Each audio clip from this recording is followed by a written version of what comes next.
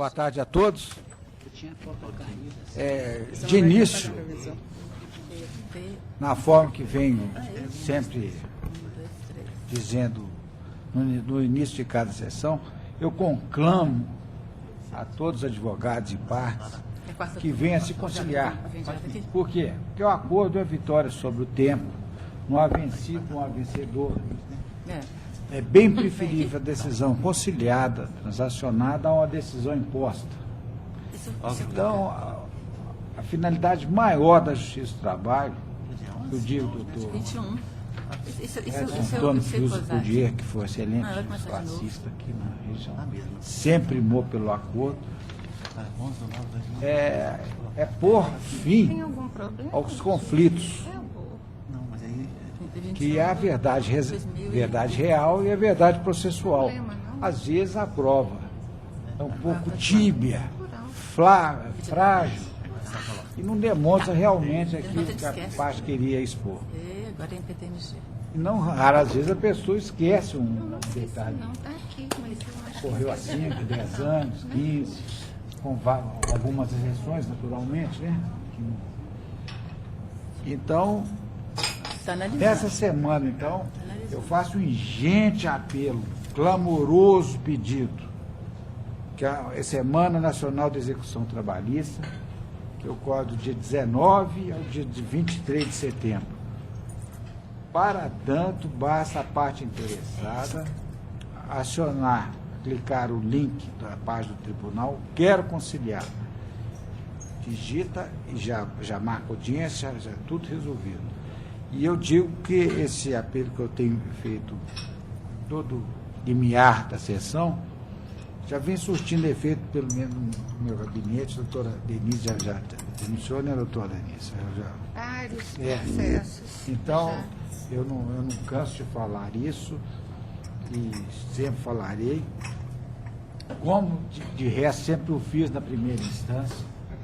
O doutor bem lembra daquela audiência de 7 horas e 20 minutos, que eu tenho para servidor de tanto tempo, para servidor de tanto tempo, tal. E foi uma audiência realmente pouco.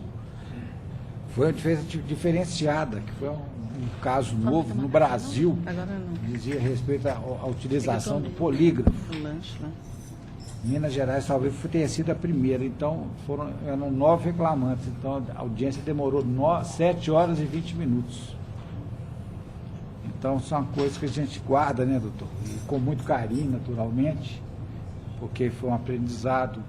O saudoso advogado Vitor Ricardo Bering Braga, que foi classista também, que o senhor lembra dele, teve presente a audiência o tempo todo, né, doutor. E foi tudo resolvido no final, né? A decisão foi até objeto de publicação na LTR, tudo. Então, eu faço esse ingente apelo e peço a todos os advogados e partes que divulguem esse apelo, doutor. Não só meu, como em nome de todos os demais partes aqui. E, tomando conhecimento nesse momento do falecimento do eminente advogado Glaucio Gontijo Amorim, formado em 1965, né, doutor? O doutor Edinho falou. A Igreja Turma formula os votos de profundo pesar pelo passamento inesperado do eminente causídico, que por tantos anos ilustrou esta casa, oficia a família enlutada. Com adesão do Ministério Público, Excelência. Senhor presidente. Com a nossa adesão, também, senhor presidente. Se nos permite, em nome pessoal das advogadas e advogados presentes da OAB e da MAT, o doutor Glaucio, ele sofreu uma queda, colocou prótese. As próteses foram rejeitadas, daí sofreu um pequeno AVC, controlada. E final teve um problema de Alzheimer, infelizmente. Um homem ético, bondoso. Nossa, né? Simpatia, lá de ar. Simpatia. vai fazer muita falta, né? Com certeza. Obrigado.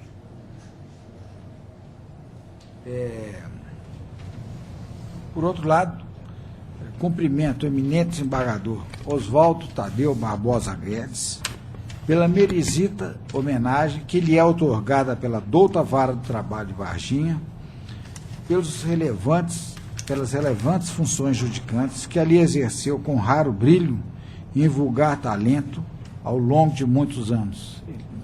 A nossa adesão, senhor presidente. Parabéns. Você também. Ministério Dos Público, pais, Excelência. do parquê e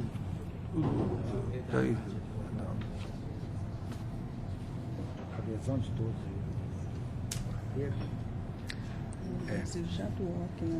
Dando sequência, determina a retirada de pauta do processo 10.436, 04/2006, de minha relatoria, em razão da desistência do recurso interposto pela reclamada, e do processo 0011.096, de relatoria da eminente desembargadora Paula Oliveira Cantelli, em razão e o J instaurado em razão do tema da Caixa Econômica atinente ao cadastro de reserva.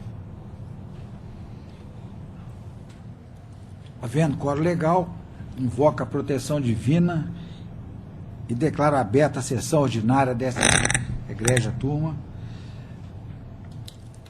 relativa ao dia 21 de setembro de 2016. Dando sequência, proclama o resultado unânime dos votos atinentes aos embargos de declaração, tanto aqueles advindos do processos físicos, quanto aqueles oriundos dos processos eletrônicos. Quem os tiver, por favor, gentileza entregar o seu Giovanni. Ao pregão na forma regimental. Processo físico com sustentação oral do Foro de Varginha.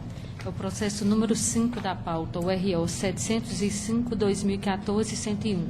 Relatora desembargadora Maria Lúcia Cardoso Magalhães, revisora desembargadora Denise Alves Horta e vota em terceiro desembargador Paulo Chaves Corrêa Filho.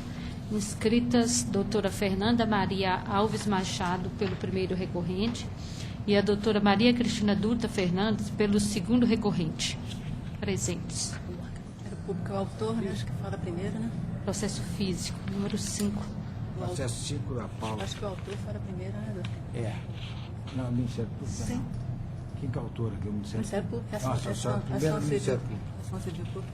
Com a palavra, a eminente doutora Cristina, pelo Ministério Público do Trabalho. Excelentíssimo doutor Paulo Chaves, presidente da turma, na pessoa de quem eu cumprimento os demais desembargadores, componentes da turma. Excelentíssimo senhor Edson Fiuza Gutierrez, na pessoa de quem cumprimento todos os advogados aqui presentes e a advogada que falará à distância pela primeira reclamada. Senhoras diretoras, senhores serventuários, não vou tomar muito tempo de vossas excelências, até porque o recurso apresentado pela colega de primeira instância abordou com muita propriedade todos os pontos. Então, eu gostaria de chamar a atenção para algumas questões, principalmente no que toca à tutela inibitória.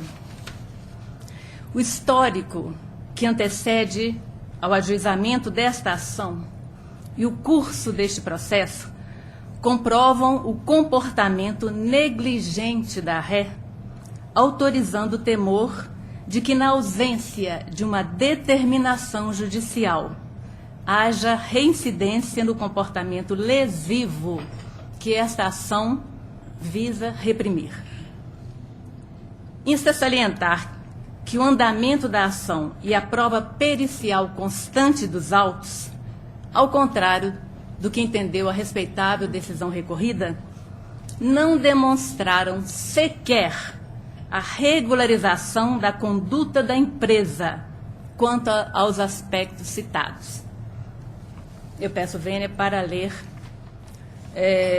parte do laudo técnico do assistente técnico do MPT, que assim diz, aspas, a pega, entre parênteses, maneira de segurar a carga com as mãos, fecha parênteses, é firme.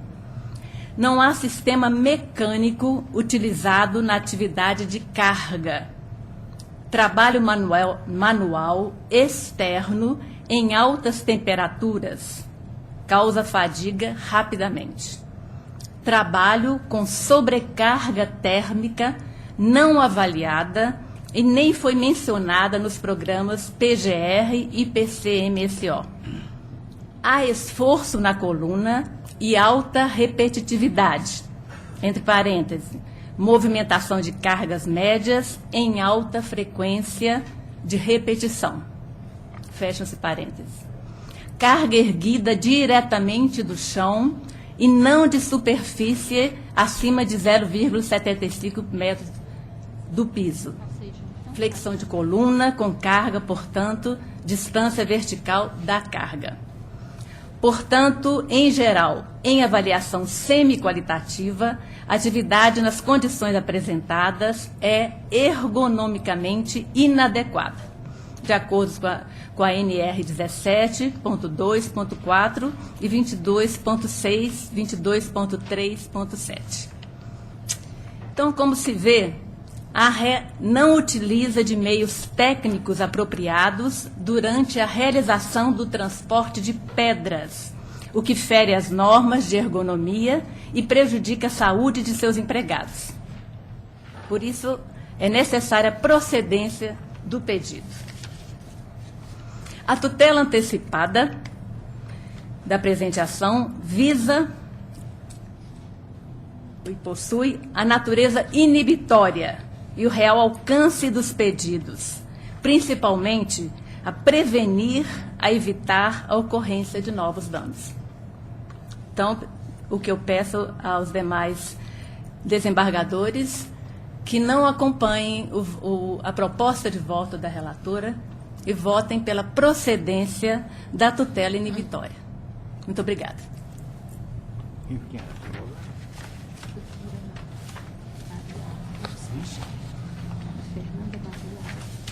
Doutora Fernanda, boa tarde. Indalco está me ouvindo. Boa tarde. Está me ouvindo? Sim, Excelência.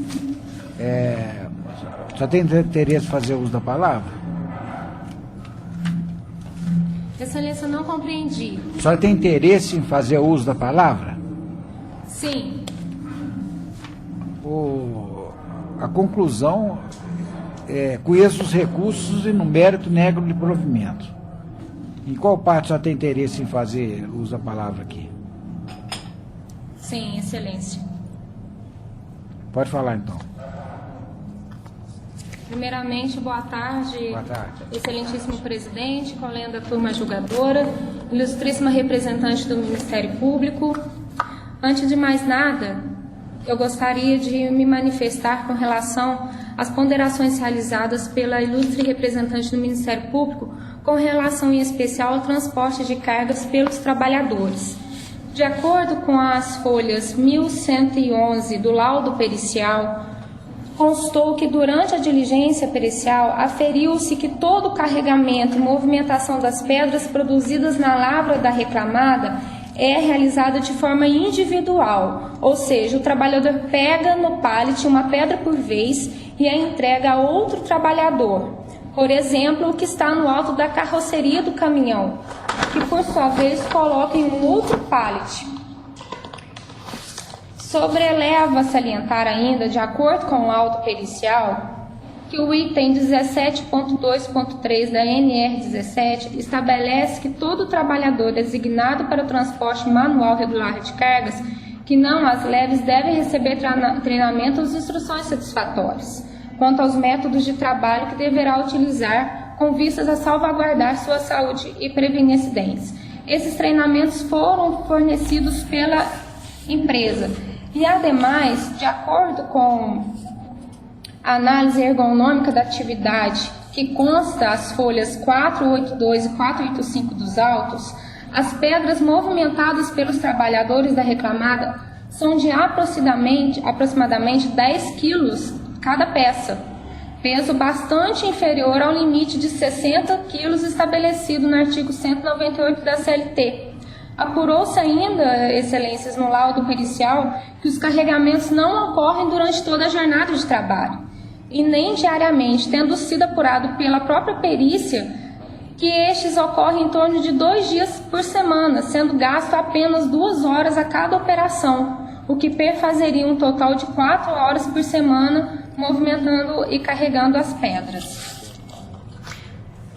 Com relação aos pedidos do Ministério Público que foram deferidos na sentença e por hora são mantidos por Vossas Excelências, eu gostaria de chamar a atenção para a questão do PCMSO da reclamada. No que diz respeito à obrigação de manter o relatório anual de acordo com a NR7, a folha 1133 do laudo pericial constatou que o PCMSO já traz os riscos ocupacionais existentes na atividade da reclamada.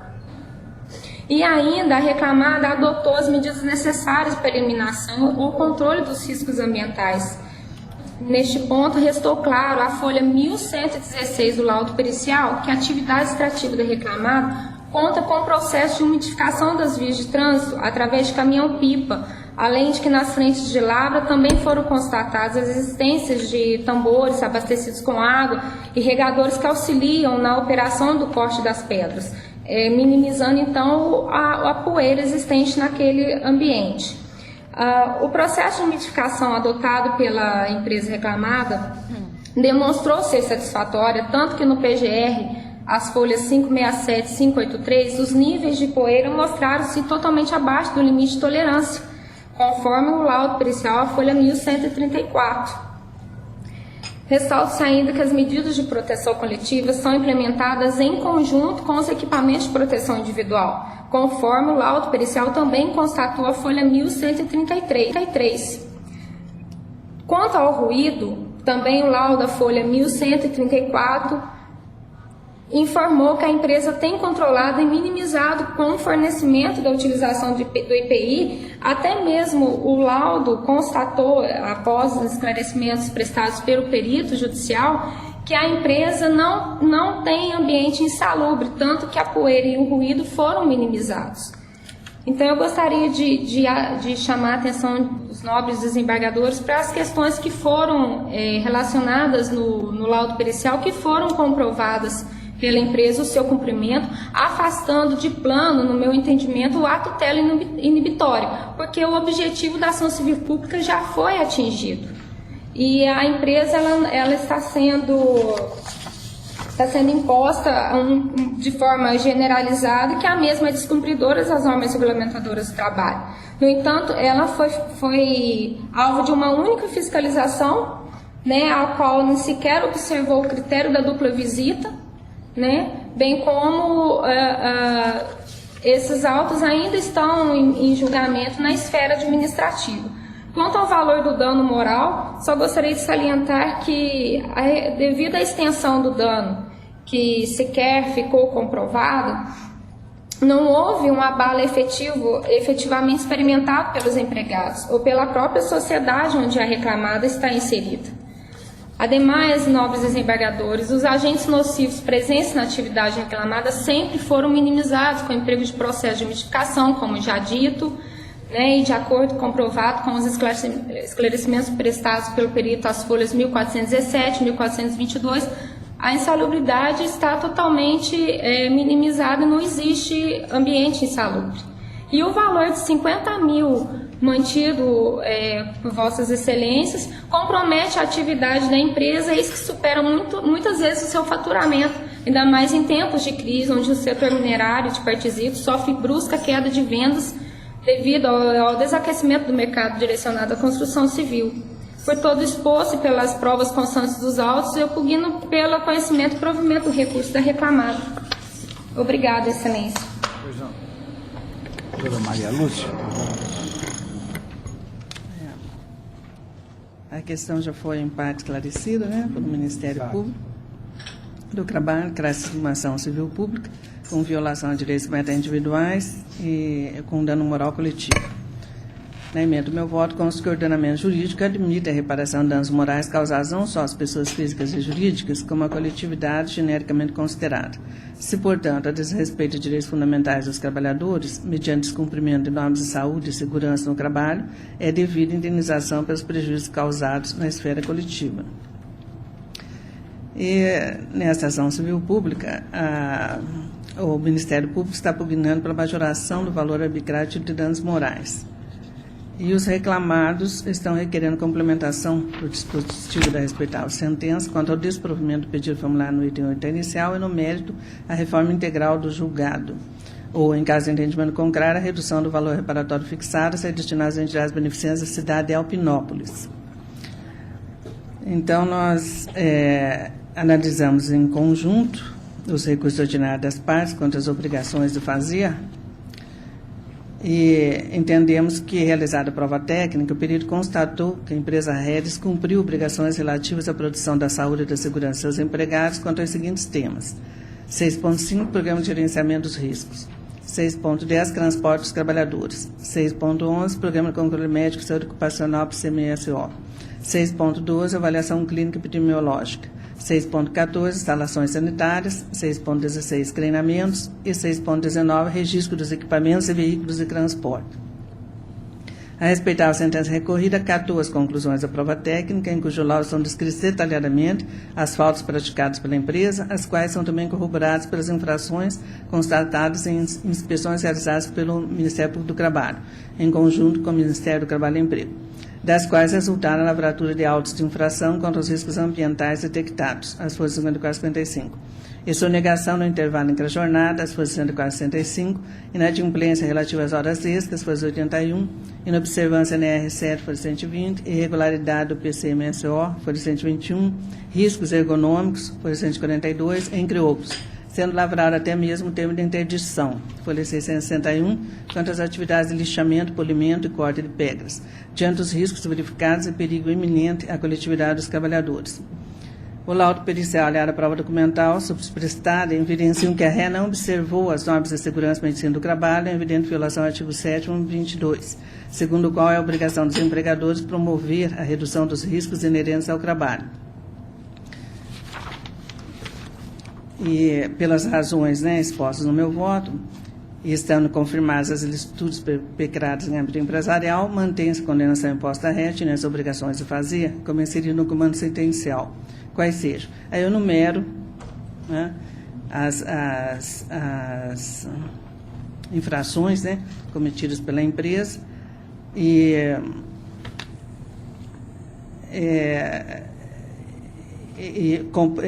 confirmando a decisão do primeiro grau quanto a todas essas irregularidades cometidas. E quanto à pretensão ministerial, eu estou mantendo em procedência dos preceitos 5, 6 e 7 do rol de pedidos, as folhas 43, por estarem atualmente de acordo com as NRs do Ministério do Trabalho e Emprego, constando apurado em prova técnica. Então, no aspecto, ressalto que todos os pleitos em questão possuem natureza inibitória, com o objetivo de prevenir a perpetuação das irregularidades identificadas pelo setor de fiscalização do Ministério do Trabalho e Emprego, concernentes às irregularidades no ambiente de trabalho. A tutela jurisdicional preventiva de natureza inibitória ou tutela inibitória destina-se a prevenir a violação dos direitos individuais e coletivos ou a reiteração dessa violação, evitando a prática das futuras reputados ilícitos, mediante a imposição de um fazer, não fazer ou entregar coisas por meio de correção indireta ou direta. Dessa maneira, a utilização da tutela inibitória viabiliza pela simples probabilidade da prática do ilícito, aquele que não ocorreu, mas provavelmente ocorrerá. A repetição dessa prática, aquele que tendo ocorrido e provavelmente se repetirá, ou sua continuação, aquele cuja prática se procrai no tempo. No caso das obrigações inseridas nos itens 5, 6 e 7 do rol de pedidos, ainda que os ilícitos já tenham sido praticados, como constatado pelo setor de fiscalização do Ministério do Trabalho e Emprego, com a lavratura de autos de infração, que foram confirmados pelo Ministério Público do Trabalho, é certo que as obrigações estão atualmente de acordo com as NRs do MTE, não sendo crível presumir a probabilidade de sua continuação da sua repetição por hora, o que revela a desnecessidade da tutela inibitória para a efetividade da produção de direito material no aspecto. Então, é nesse sentido que eu estou negando provimento a ambos os recursos. E quanto ao dano moral coletivo, o quanto ao arbitrado, Insurge-se a ré contra o pagamento de indenização por danos morais coletivos, pedindo sucessivamente a redução do valor arbitrado. E já o Ministério Público do Trabalho pretende a majoração do valor arbitrado da indenização. E nós estamos entendendo que ambas as partes não têm razão, porque nosso ordenamento jurídico admite a reparação por danos morais no tocante às lesões patrimoniais causadas não só às pessoas físicas, como também às pessoas jurídicas, assim como a coletividade genericamente considerada, normalmente tendo-se em vista a modificação das relações de trabalho e suas repercussões na sociedade. E constatado nesses autos o desrespeito de direitos fundamentais dos trabalhadores, com exposição a situações indignas, com condições de trabalho precárias, com riscos à integridade física dos empregados, impõe-se a reparação do dano causado na esfera coletiva, devendo o valor dessa reparação ainda atender a um caráter ao mesmo tempo pedagógico e compensatório. E no caso dos autos, como já mencionado, tal situação é franca e patenteada, pois, conforme evidenciado no tópico precedente, a reclamada violou o direito de crença individual de ordem coletiva, infringindo normas de ordem pública que regem a saúde e segurança do trabalho, sendo certo que tal atitude abala o sentimento de dignidade, falta de apreço e consideração, tendo reflexos na coletividade, causando grandes prejuízos à sociedade. E a inobservância reclamada quanto ao cumprimento da legislação trabalhista no tocante às normas de saúde e segurança no local de labor, repito, submete toda a coletividade a situação indigna apta a autorizar a reparação por danos morais. E quanto ao valor arbitrado, não merece redução ou majoração, porque é adequado à espécie dos autos. Assim, afastamos toda argumentação recursal em sentido contrário e estamos negando o provimento. E, finalmente, quanto à multa por descumprimento da obrigação de fazer, a ré pleiteia a redução e limitação da multa por descumprimento da obrigação de fazer. E lá do outro, o Ministério Público do Trabalho pede majoração da multa fixada no título de ascrante. Pois bem, a sentença condenou a ré ao pagamento de multa diária no valor de R$500 e versível o fundo de amparo ao trabalhador FAT, por trabalhador encontrado em desacordo com quaisquer das cláusulas acima e cada ilícito e a cada constatação.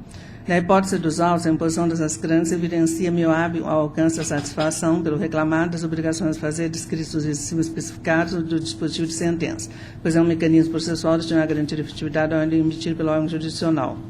As multas impostas pelo juízo monocrático encontram respaldo no artigo 461, parágrafos 4 e 5º do CPC 2015, que estabelece a possibilidade do magistrado de ofício ou a requerimento das partes utilizar-se medida coercitiva de caráter econômico com o fim de influir no ânimo do devedor, compelindo a cumprir a prestação imposta na sentença. Desta arte, a multa que se estabelece para a coerção e cumprimento está em consonância com a exigência legal, pelo que se tem a licitude de sua fixação, atuando a ascrante como justa medida coercitiva, até que a obrigação venha a ser cumprida, desvencilhando-se dela obrigado com o efetivo comando da obrigação imposta. Desse modo, concordo com o entendimento perfilhado na origem, no sentido que o valor de R$200 por trabalhador é suficiente para cumprir o caráter pedagógico até limitório, não havendo que se falar em minoração. E no que tange à limitação da multa, também procede o pleito empresário. A penalidade imposta às réis denomina-se ascrantes, que consistem em multa processual albergada no artigo 461, parágrafo 4 do CPC, e que possuem natureza jurídica distinta da cláusula penal, previsto no artigo 408 do Código Civil, razão pelo qual não há falar em limitação ou submissão ao artigo 412 do Código Civil. As ascrantes consubstanciam um poderoso instrumento processual para alcançar a tutela efetivamente almejada, o que confere ao julgador uma importante forma de influenciar coercitivamente a vontade do devedor para que se entregue a tutela específica da obrigação. Enquanto não cumprir a obrigação, não há falar em cessação da multa, sob pena de frustração da obrigação determinada a decisão. Nada provê. E, finalmente, quanto à destinação dos danos morais coletivos ao Fundo de Amparo ao Trabalhador, FAT, que pugnou a ré pela reforma da sentença para que o valor da condenação por danos morais coletivos seja revertido em prol das instituições de caridade estabelecidas na cidade de Alpinópolis, Minas Gerais, onde resta estabelecido o empreendimento da recorrente. Pois bem, a indenização pelos danos morais coletivos, revertida em favor do FAT, está de acordo com o que disciplina o artigo 13 da Lei 7.347/85, segundo o qual a ação civil pública determina que a condenação em dinheiro deverá ser revertida para um fundo gerido por um conselho federal ou por conselhos estaduais. Então, nesse aspecto, nós não entendemos que não há nada a modificar. Estamos conhecendo os recursos e não negando os provimentos. Essa questão da destinação do fundo já foi muito debatido, já participei de congresso a respeito desse assunto, com sindicatos, confederações, e advogados, magistrados. Então, é uma questão muito conflituosa ainda. Mas não houve modificação nenhuma na legislação quanto a essa destinação. Mas sempre há debate a respeito disso. Apesar da sentença proferida pela juíza de Passos, também destinando para Alpinópolis. É o pedido da empresa. que fosse destinada a instituições caridades da Alpinópolis. Alpinópolis é da sujeira da jurisdição de Passos? Está. Está, né? Está. É a doutora Denise, que já percorreu todas as jurisdições do Estado de Minas Gerais, sabe de forma melhor a respeito. Pertinho, né? Já atua como procuradora. A palavra. Pois não, presidente. Eu mas cumprimento a doutora relatora pelo substancioso voto e também a sentença que muito bem analisou os pormenores dessa ação civil pública, sentença da lavra da excelentíssima juíza Maria Raimunda de Moraes. Esse é o grande problema. E eu gostaria de realçar, senhor presidente, que foram 14 itens condenatórios de obrigação de fazer que a empresa terá que observar. E a indenização por dano moral coletivo foi no patamar de R$50 mil. Então, eu estou achando justas as determinações, inclusive o valor desse quantum arbitrado a indenização por dano moral coletivo, que deve ser, sim, revertido em favor do FAT, como bem determinado, e, portanto, não vejo razão para alterar a sentença e o douto, divergindo do douto voto da relatora, tanto do lado da empresa quanto do lado do Ministério Público. Sou plenamente de acordo. Atuo como terceiro votante, estou plenamente de acordo e assim se decide.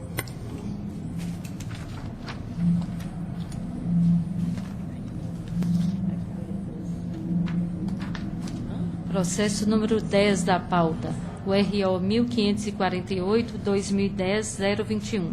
Relatora desembargadora Maria Lúcia Cardoso Magalhães, revisora desembargadora Denise Alves Horta e vota em terceiro desembargador Paulo Chaves Corrêa Filho.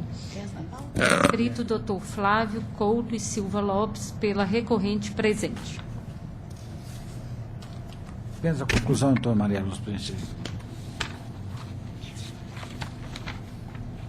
É outro voto longo também. Uma conclusão. Estamos conhecendo o recurso no mérito e no parcial provimento para determinar a observância ao J. 594 ST1 TST em relação aos reflexos das horas extras. Tem direito de fazer uso da palavra, doutor? Sim, sim. Em que ponto? Sobre a preliminar arguída e quanto ao mérito também, sobre Pois a não. responsabilidade ou não e o quanto indenizatório.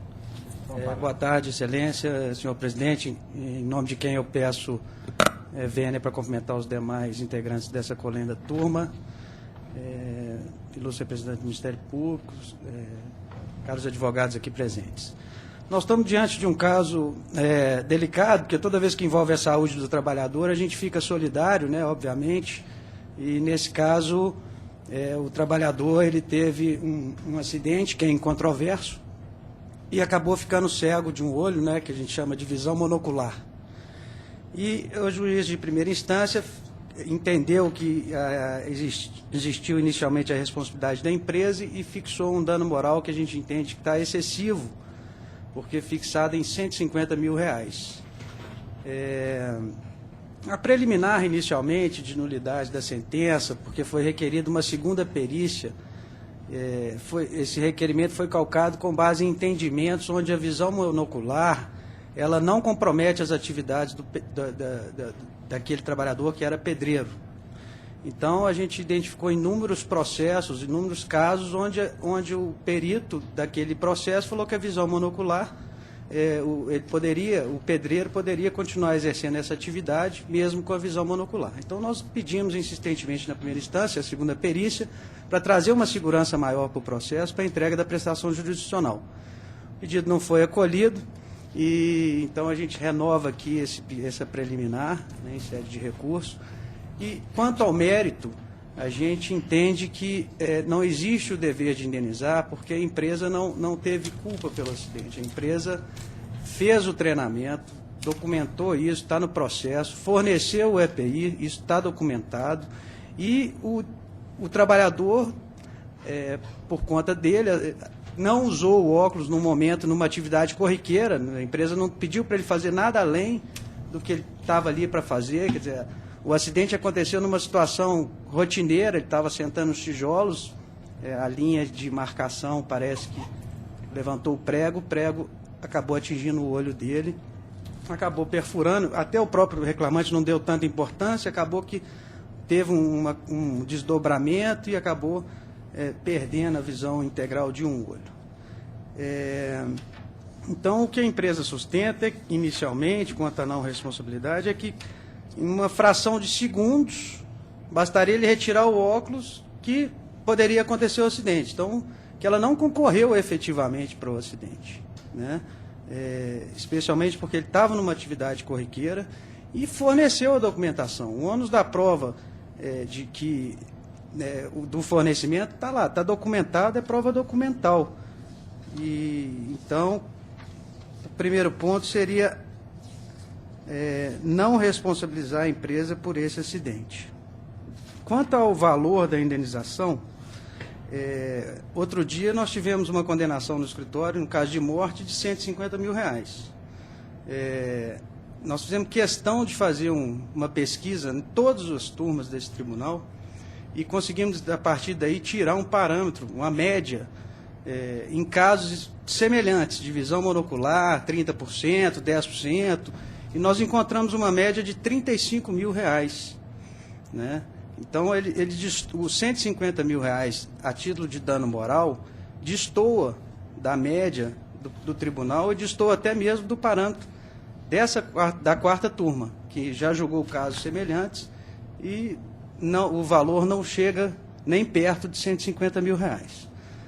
Uma questão que eu fiz questão de ressaltar até em sede de memorial, porque o processo começou a execução provisória, e aí a gente teve acesso à conta de liquidação apresentada pelo reclamante, e como o processo teve uma delonga maior do que o comum, porque ele teve uma cirurgia, tinha que aguardar o SUS, nesse interregno nós chamamos o trabalhador, e nós custeamos a cirurgia, não ficamos esperando o SUS, porque a gente, para não ficar à mercê dessa situação, nós custeamos a cirurgia, então o processo atrasou um pouco.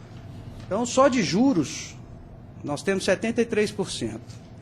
Se a gente considerar 150 mil mais 73%, que dá 124 mil, a indenização por dano moral aqui, nesse caso, vai sair a R$274 mil.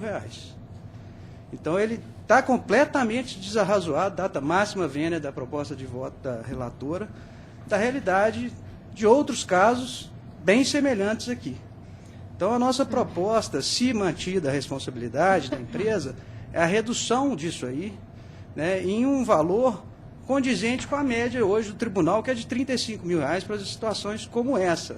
Ele não está impedido de trabalhar, ele tem condição de trabalhar. Existe uma divergência médica, porque tem médico que fala que ele não pode ser pedreiro, que foi o médico que atuou nesse processo. Mas inúmeros outros médicos falam que ele pode exercer atividade de pedreiro.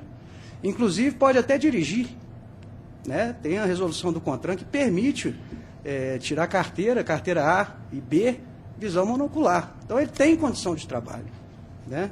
E aí, o que a gente está pedindo é que diminua o valor, não para R$35 mil, porque você tem que aplicar 74% de juros ainda, porque hoje nós estamos falando de 130 mil de juros em cima de 150, que seria os 74. Então, a nossa sugestão é que fosse minorado para uns R$20 mil, que se aplicado os 74%, vai dar os R$35 mil, que seria a média do tribunal. Nós apuramos casos idênticos, primeira até a 10ª turma, fizemos questão de fazer isso, porque o valor R$150 mil, considerando que outro dia teve publicado uma decisão no próprio site do tribunal de um trabalhador que faleceu, que a indenização foi de R$150 mil, então nós estamos diante de um caso de visão monocular, com a indenização não de 150, que se computar dos juros vai passar de 200.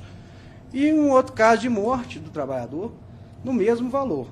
Então, a gente pede que se considere esses argumentos, pede também que se considere o fato que a empresa deu toda a assistência, custeou a cirurgia, diligenciou para que ele recebesse o seguro, né, que ele tinha direito e ficou inerte, deu o amparo que tinha que dar, forneceu equipamento, está documentado, fez o treinamento, ele assinou o certificado e a gente pede que isso seja considerado também para todos os efeitos. só ver se tem mais alguma situação aqui.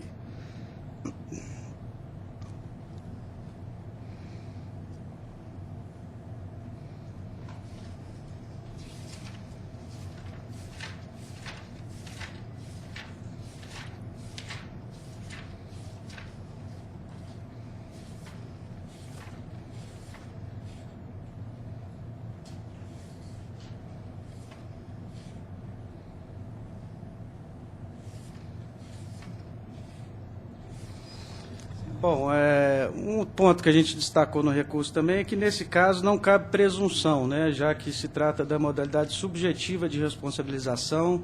Acho que vale a pena comentar. A empresa é uma empresa de participação, as suas atividades não se enquadram como atividade de risco, para poder ser vista a questão sob a ótica da responsabilidade objetiva.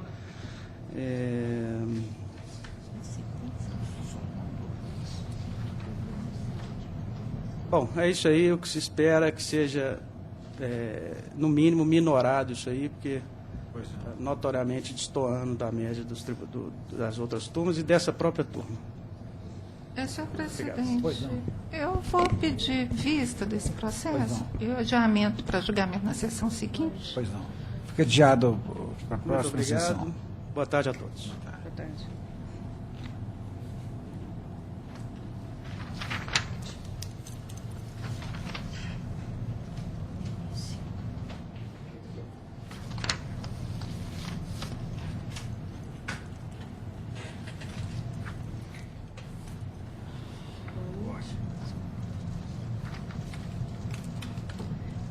Processo número 3 da pauta RO 420-2015-001. Relatora desembargadora Maria Lúcia Cardoso Magalhães, revisora desembargadora Denise Alves Horta e vota em terceiro desembargador Paulo Chaves Corrêa Filho. Inscrito Dr. Eduardo Vicente Rabelo Amorim, pelo primeiro recorrente, ausente. Número 3. Fala a canteira, né?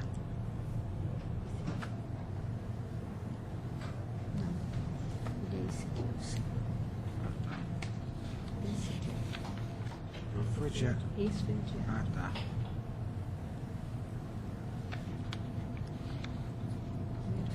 Ah, tá certo.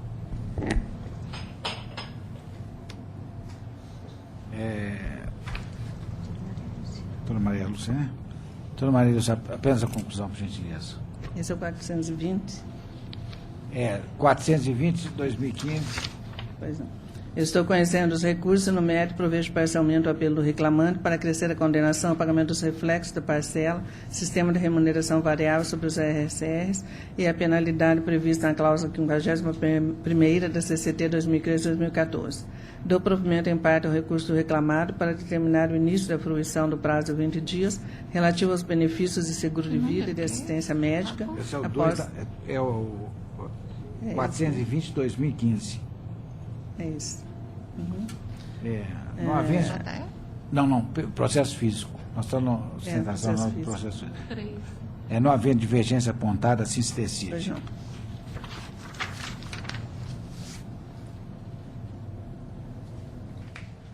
Processo número 50 da pauta OAP 1983-2013-011. Relatora desembargadora Paula Oliveira Cantelli, revisora desembargadora Maria Lúcia Cardoso de Magalhães e vota em terceira desembargadora Denise Alves Horta. Inscrita doutora Andréia Santos Silva pelo primeiro agravado. Processo número 50 da pauta. Doutora Paula, apenas a conclusão. Desde conhecer o agravo de petição da executada por incabível, custos de R$ 44,26 pela agravante. Não havendo divergência apontada, assim se decide.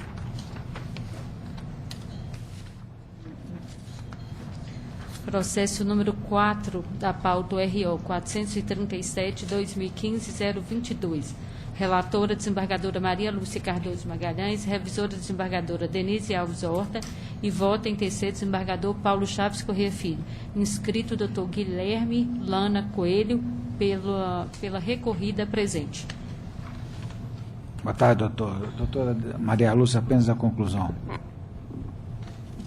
Pois não. Conheço o recurso e, no mérito, nego-lhe provimento. Doutor Lindardo, quer fazer uso da palavra, eu aguardo divergência. Presidente, eu vou aguardar a divergência. Não havendo divergência apontada, assim se decide. Boa tarde. Obrigado, bom trabalho a todos.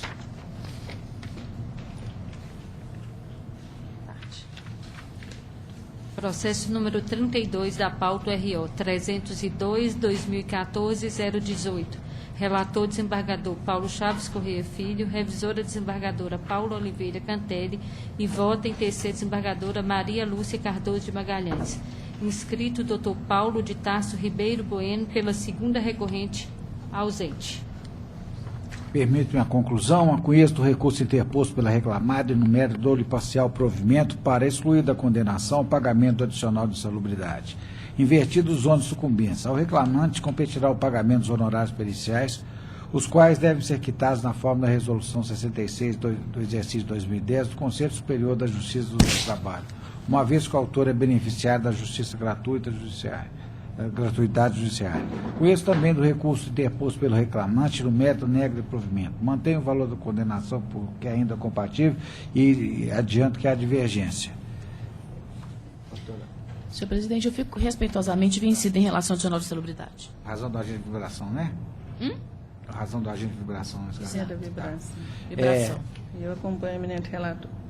Tá, a decisão é por maioria, vencida a eminente desembargadora Paula Oliveira Cantelli, que negava provimento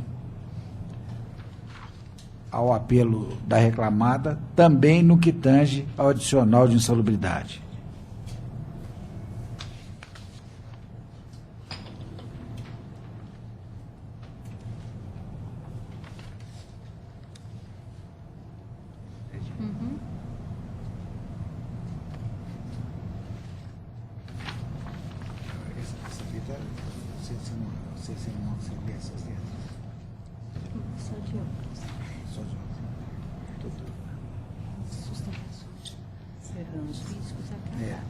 Uma vez encerrada a sustentação oral atinente aos processos físicos, proclamo a unanimidade o resultado dos demais votos dos processos físicos, nos quais não há divergência.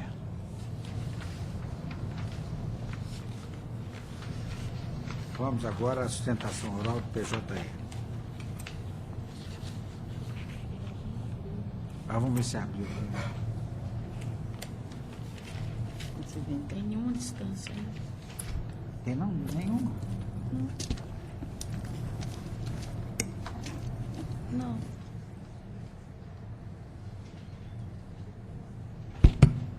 Aguardando a resposta.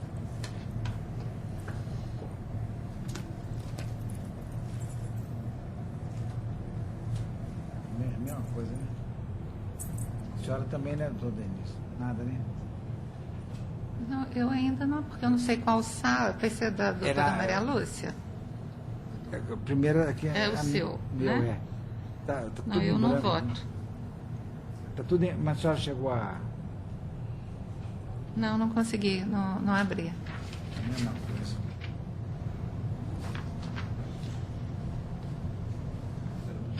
Doutor, abriu a senhora? Abriu. Ué, Vai abrir a sala do senhor, né? é. Mas eu tenho ele impresso também, doutor Paulo. Deixa eu ver se eu Se consigo. o senhor quiser. Aqui, deixa eu ver se eu consigo aqui, peraí. O primeiro é o 128? É. É, eu tenho ele, se Vossa Excelência... Que eu saí, só uma Vem. conclusão. Posso pregoar? Obrigado. Processo desembargador Paulo Chaves Correia Filho, é o número 1 da Sala das 13h11, o RO 10028-75-2016. Votam desembargadora Paula Oliveira Cantelli, desembargadora Maria Lúcia Cardoso Magalhães. Inscrito doutor Daniel Guerra Amaral, pelo recorrente, ausente. Permito a conclusão. Conheço os recursos ordinários interpostos, no mérito, provejo parcialmente o recurso do autor para, afastando a aplicação da súmula 85.4 do Colene TST, determinar que, também a partir da 8ª hora diária, é devido o pagamento de horas extras, parênteses, hora mais adicional. Nego provimento ao recurso da reclamada. Mantenho o valor da condenação porque ainda compatível, é minha propositura de voto e não vejo divergência apontada e assim se decide. Doutor, muito obrigado, gente.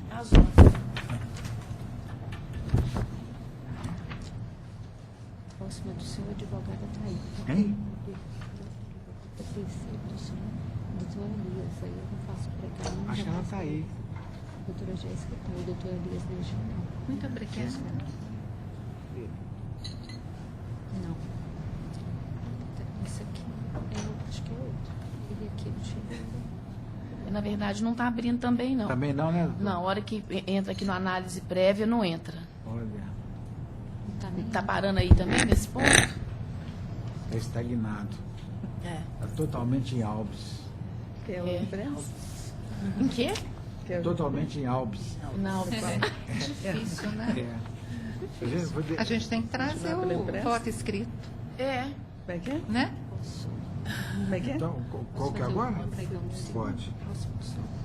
Doutor, Eu vou passando para o senhor Tá. todos. O próximo vai ser Agora, qual? o próximo é o ROPS O senhor também. É. Processo 11. 12.410, né? 12. Hein? O que eu tenho aqui é o 11 Ah, não. 029. É, o meu também. É o 11.029, né? É isso, 11.029. 11.021. Só para mim,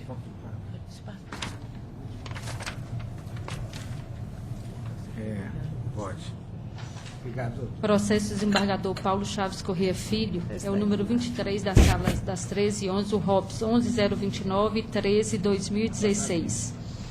Votam a desembargadora Paula Oliveira Cantélia, desembargadora Maria Lúcia Cardoso Magalhães, inscrita a doutora Jéssica Gomes Aguiar, pelo recorrente presente. Boa tarde, doutor. Permito a conclusão, com êxito do recurso ordinário e no mérito nego de provimento, confirmando a douta decisão recorrida, por seus próprios jurídicos fundamentos. Tem interesse em fazer uso da palavra? Sim. Primeiramente, eu gostaria de cumprimentar os excelentíssimos desembargadores dessa Câmara, ilustríssima representante do MP e demais colegas aqui presentes. É importante que se diga que o recurso aqui ele visa, via duplo grau de jurisdição, integrar as verbas que foram pagas à recorrente de maneira extra-folha ao salário descrito, condenar os recorridos de maneira solidária ao pagamento das verbas pleiteadas na inicial e também declarar a existência de grupo econômico entre todos os cinco reclamados. Como prova da existência desse pagamento, a reclamante trouxe ao corpo destes autos extratos de todo o período laboral, onde constam a existência de 2 pagamentos sempre realizados em mesma data, sendo que o primeiro pagamento era realizado em razão do salário pela atividade exercida de fisioterapeuta e o segundo pagamento era sempre realizado em razão da atividade de coordenação, que era efetivamente a atividade cuja reclamante recebia salário extra-folha. Trouxe também cheques que comprovam o valor que era depositado e ainda o depoimento da testemunha senhora Aline Teixeira.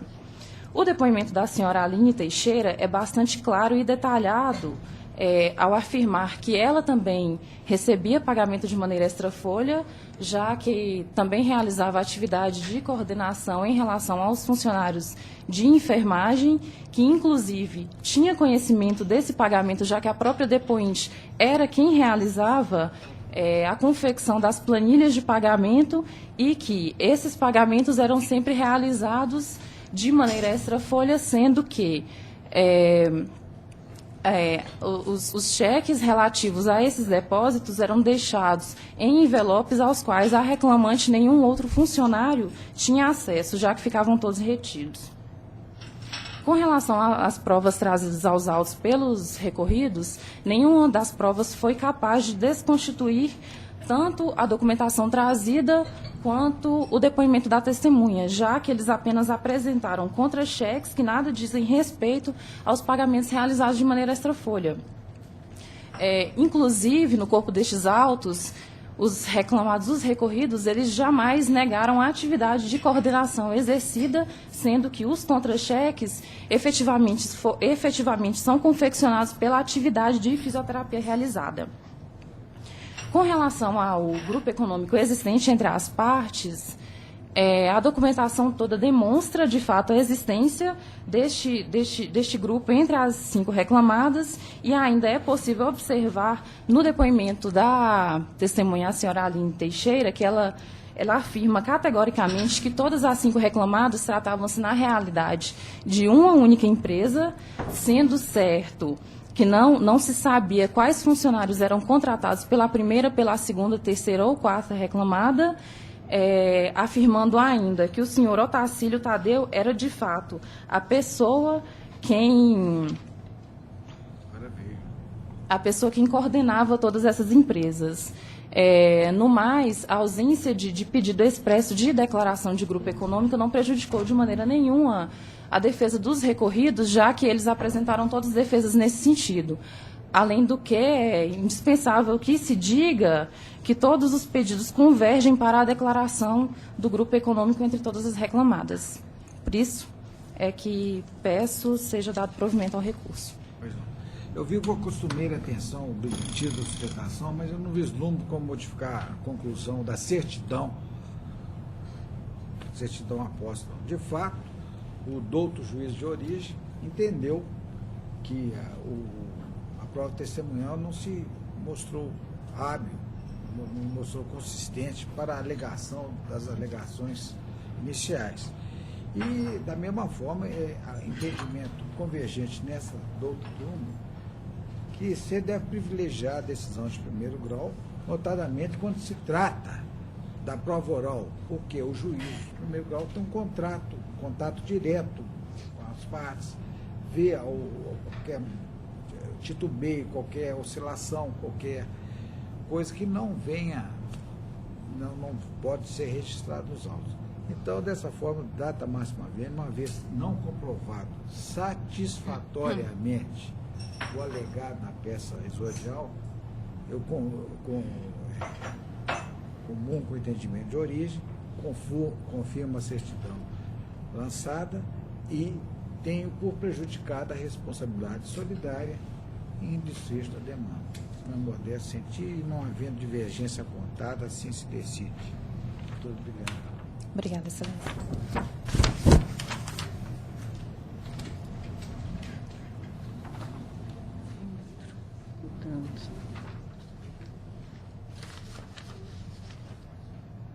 Não pode passar.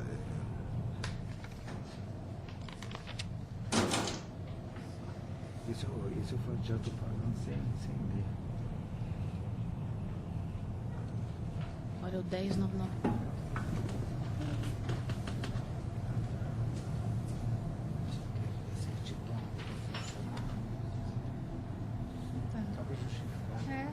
Claro.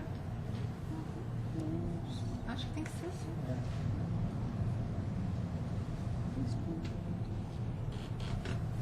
Essa para outra sala.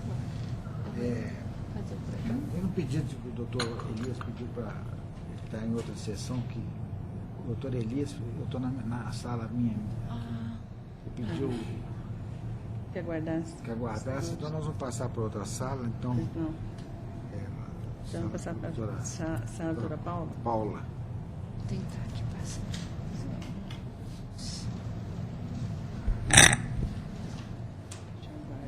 Processo da desembargadora Paula Oliveira Cantelli, é o número 9 da Sala das 1316, URO 00-10278-75-2016. Votam as desembargadoras Maria Lúcia Cardoso Magalhães e a desembargadora Denise Alves Horta. Inscritos Dr. Vitor Luiz Menezes de Andrade e o Dr. Tiago Luiz Coelho da Rocha Muse, pela recorrida, ausentes. Doutora Paula, apenas a conclusão, por gentileza. Conheço o recurso ordinário interposto pelo autor e, no mérito, nego-lhe provimento. Não havendo divergência apontada, assim se decide.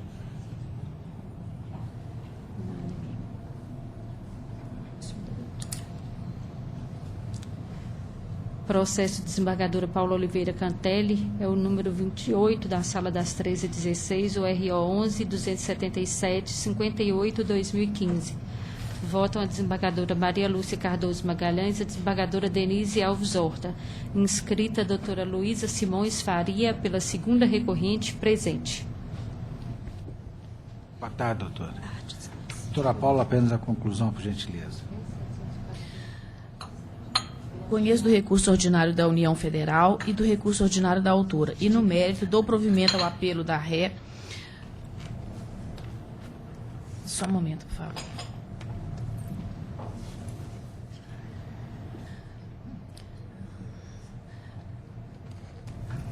Para declarar válidos os autos de infração de IDs 479 CED2 e E90F93D e determinar o retorno dos autos à origem para que prossiga no julgamento do feito como entender de direito, prejudicado o exame dos demais tópicos recursais e do recurso da autora. Doutora, não havendo divergência aqui apontada, assim se decide, porque nesse ponto aqui ela está determinando o retorno dos autos à origem e só se reserva o direito de manifestar depois de prolatada a nova decisão. Ok, excelência. Viu? Não é isso, doutora? Isso, doutor. Assim se decide.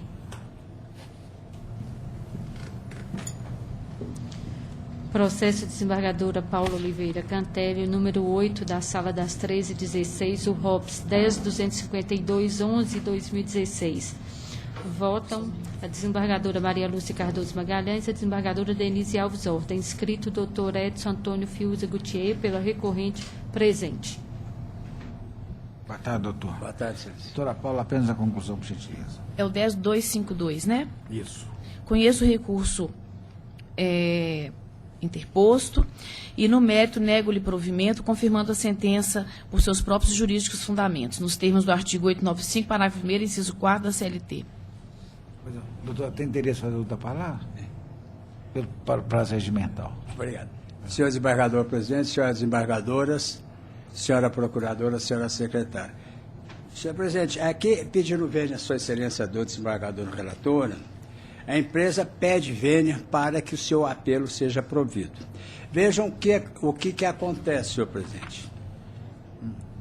O perito, em sua percepção, ou seja, totalmente subjetiva, entendeu que não havia regularidade de fornecimento de equipamentos de segurança. E, dentro do seu entendimento, esse procedimento adotado pela empresa prejudicava o autor. Por quê? Deveria o autor, sim, comunicar à empresa, aos encarregados, se o equipamento que lhe foi destinado estaria ou não com defeito, estaria ou não danificado. É esse que é o procedimento adotado pela empresa. Por quê, excelência? Essa empresa tem em torno de 1.800 empregados. Ela entrega o equipamento de segurança, ou aqueles equipamentos que são necessários aos seus empregados para a prática das tarefas. Incumbe a qualquer um deles, mesmo porque essas recomendações, senhor presidente, são feitas após palestras, a empresa tem CIPA, é só o que o reclamante chegar perto da empresa, ou seu encarregado, dizer que o equipamento não está funcionando regularmente bem. Então o perito entendeu que por esse comportamento não havia uma regularidade de equipamentos de fornecimento de EPI. Vejam, Vossa Excelência, o autor trabalhou na empresa, senhor presidente, egrégio colegiado, durante 5 anos, sem qualquer reparo ou admoestação contra o procedimento da empresa, nesse aspecto. Nunca ficou constatado, e o reclamante já também não disse na sua peça de instauração de instância que isso poderia comprometê-lo. E agora, como diz Vossa Excelência, no crepúsculo do seu pacto laboral, vem dizer que ele estava prejudicado com relação de fornecimento regular. Mas esse fornecimento regular é totalmente o entendimento do perito. A empresa não impugnou o laudo, diga-se logo de passagem, não impugnou. Por quê? Realmente a empresa tem experiência, a impugnação do laudo lá não surte efeito. Mas aqui, no seu recurso, nas razões aduzidas, ela está se rebelando contra esse entendimento do perito. Porque, vejam, Vossa Excelência, o que acontece?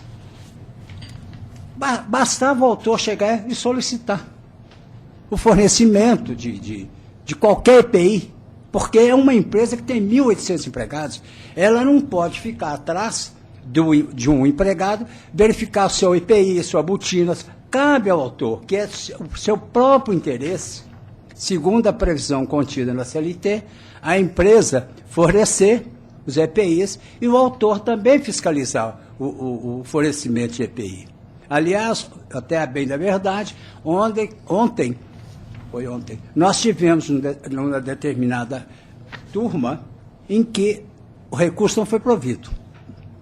Mas a turma entendeu que a conclusão do seu perito era muito rígida, que realmente, em próximo demanda, ele examinar com maior cuidado essa pretensão.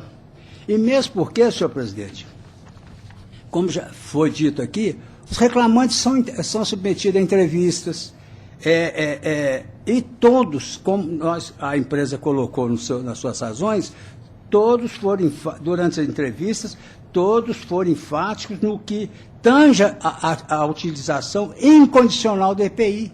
A empresa não nega o fornecimento, não. E nem foi dito isso, salvo melhor juízo, nem foi dito isso. Apenas que cumpra o autor solicitar junto à empresa que forneça o equipamento. Isso não tem nada de errado, não. Aliás, é o próprio interesse do autor. Olha, minha bota não está funcionando, as minhas luvas não estão estragadas, os meus óculos, os meus protetores. É só trocar. A empresa não vai se negar a fazê-lo.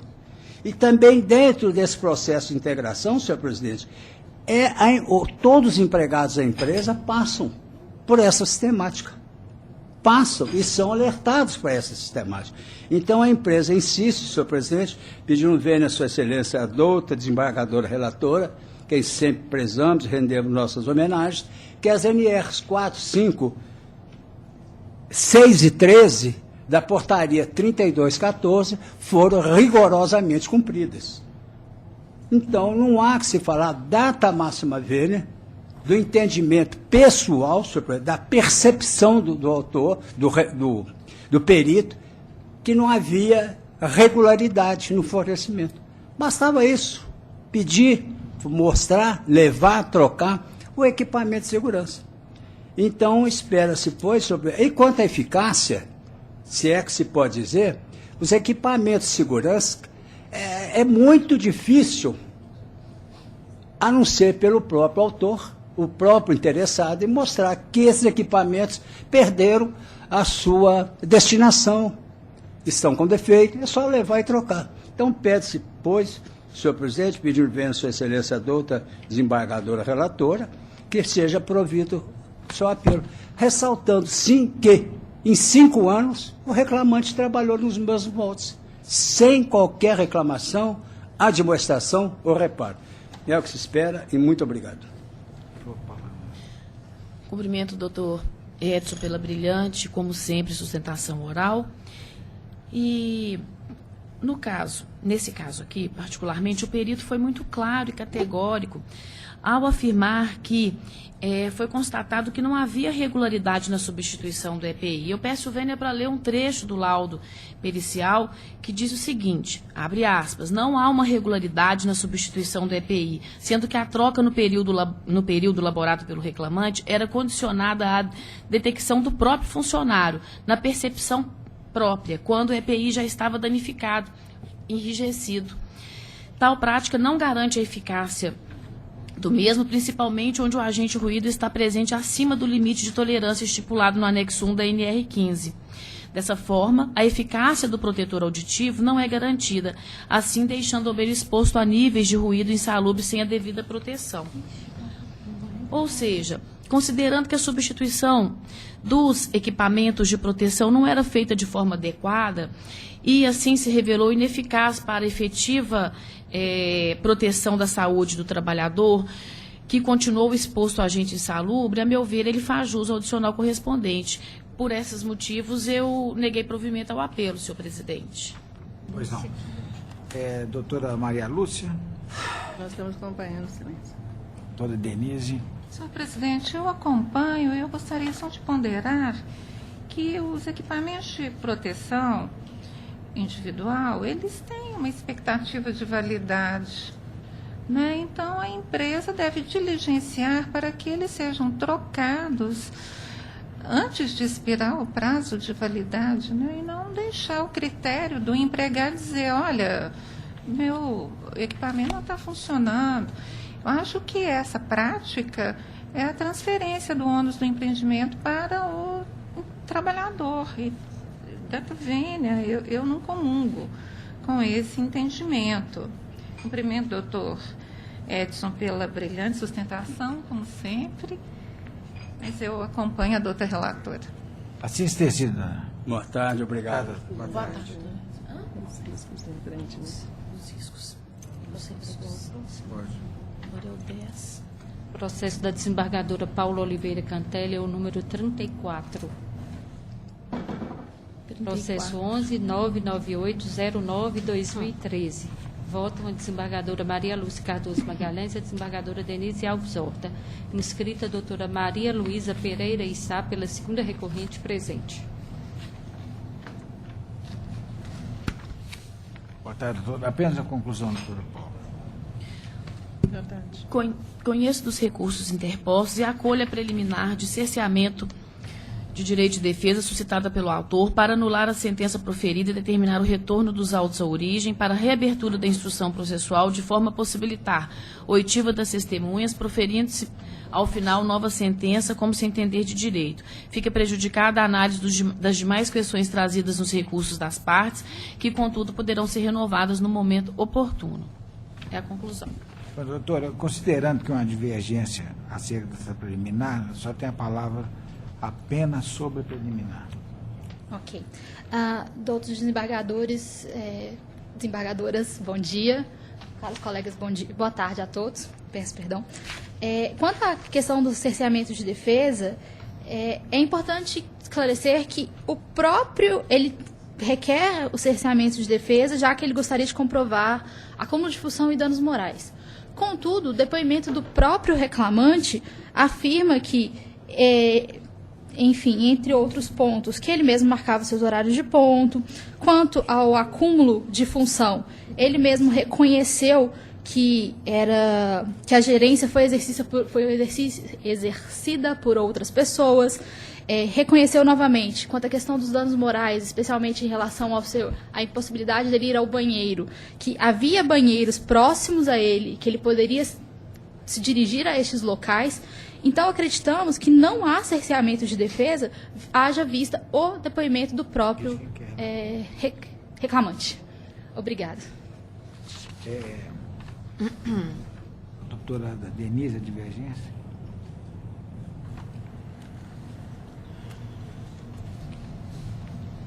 Aliás, doutora Denise, a divergência. Votada. No 34 da pauta.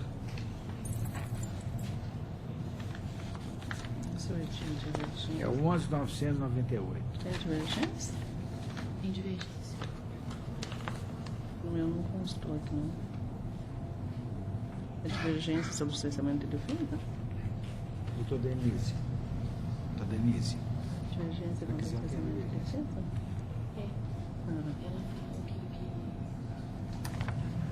Não entrou aqui. Aqui não está. Esta sustentação oral. Bem, presidente, eu estou divergindo aqui no que respeita ao cerceio. Eu estou mantendo a sentença que indeferiu a produção de prova ante o depoimento pessoal do autor, porque o autor confessou que ele trabalhava sozinho no pavilhão. E se ele trabalhava sozinho no pavilhão, entendo que não havia como ele ter restrição à utilização do banheiro. Né? E se ele trabalhava sozinho também no pavilhão, até há a presunção de uma dificuldade de realizar a prova de que ele era impedido de utilizar o banheiro. trabalhava sozinho lá. Então, quando o juiz colheu o depoimento pessoal, né, e o reclamante revelou que, de fato, ele trabalhava sozinho naquele pavilhão, o juiz entendeu, então, nessa linha. E eu estou, da mesma forma, entendendo como o juiz sentenciante que não havia restrição de uso do sanitário, ele poderia utilizar, né? Essa circunstância de trabalhar sozinho, eu acho que é relevante para esse fim e, portanto, eu estou negando o provimento, senhor presidente. Pois não. Dona Maria Lúcia.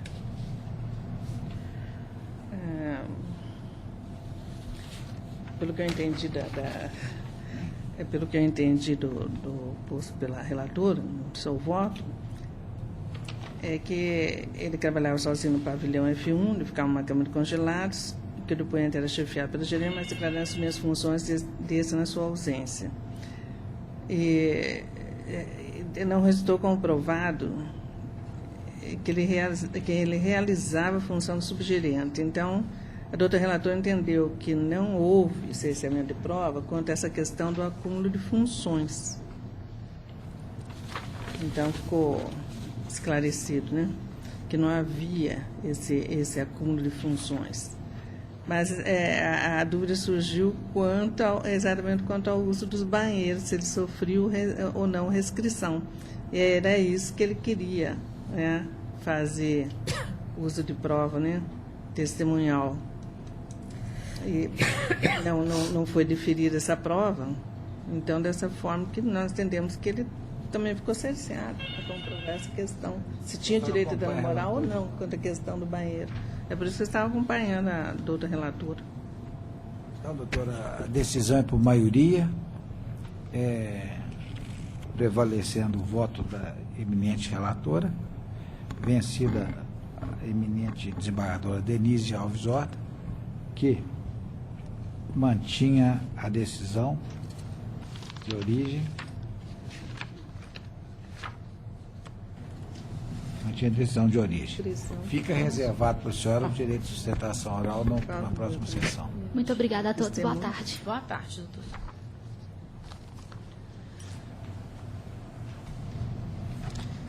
Processo desembargadora Paula Oliveira Cantelli é o número 31. Da Sala das 13h16, RO 11.350.09/2015. Votam a desembargadora Maria Lúcia Cardoso Magalhães e a desembargadora Denise Alves Horta.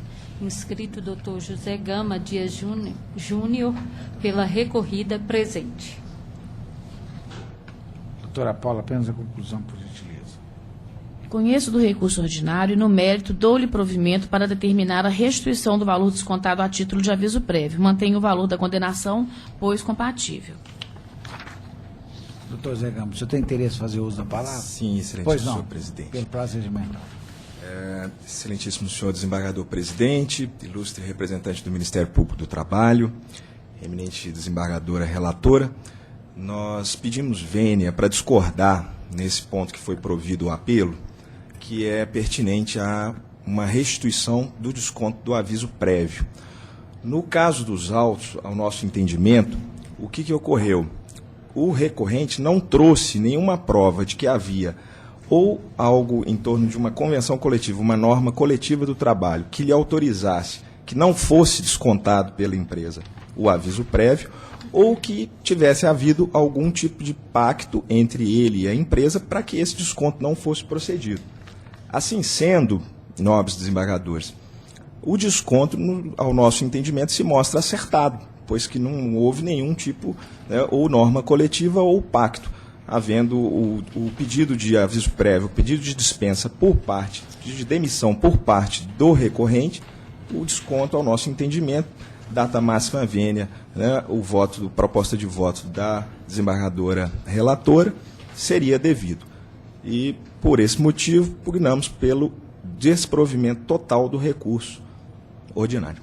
Muito obrigado. Eu vou falar do relator. Bom, cumprimento o doutor pela sustentação oral. E, nesse caso aqui, o documento de ID 6D78, 4D3, ele demonstra que, de fato, o empregado comunicou a sua demissão à empregadora e solicitou, nesse mesmo documento, a dispensa do cumprimento do aviso prévio. Então, se pleiteado pelo empregado a dispensa do cumprimento relativo ao aviso prévio e silente o empregador, presume-se a sua concordância, aplicando-se de forma subsidiária o artigo 8º da CLT e a norma do artigo 111 do Código Civil, que dispõe que o silêncio importa em anuência, quando as circunstâncias ou os usos o autorizarem e não for necessária a declaração de vontade expressa. Então, se concordou com a liberação do autor do cumprimento do aviso prévio, não há que se falar em desconto do respectivo período, em decorrência da aplicação da norma seletista retrodestacada. São os fundamentos. Pois não. Doutora Maria Lúcia, por gentileza. Eu estou acompanhando a emenda relatora. Doutora Denise. Eu vou ficar vencida, senhor presidente. Eu entendo que, se o empregado pediu demissão, o direito do empregador é descontar um aviso prévio. O empregado, ele tem conhecimento quando ele pede demissão, ele tem que cumprir o aviso prévio. Porque essa questão de pedir para não ser descontado o aviso prévio, isso é uma mera faculdade do empregador. Pediu demissão, tem que cumprir o aviso prévio. Eu mantenho a sentença e fico vencida, senhor presidente. A decisão é por maioria, vencida a eminente desembargadora Denise Alves Horta, que mantinha a decisão.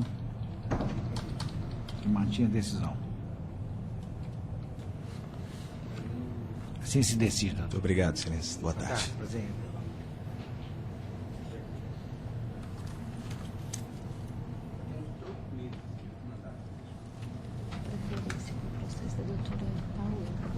Maria Lúcia ainda.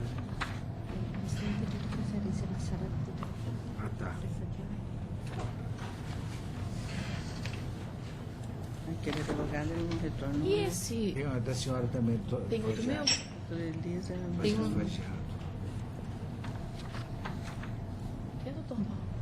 Um pedido. Pedido de preferência para o processo desembargadora Paula Oliveira Cantelli. É o processo 10.749.47/2016, adiado na sessão do dia 14/9. Votam a desembargadora Maria Lúcia Cardoso Magalhães e a desembargadora Denise Alves Horta.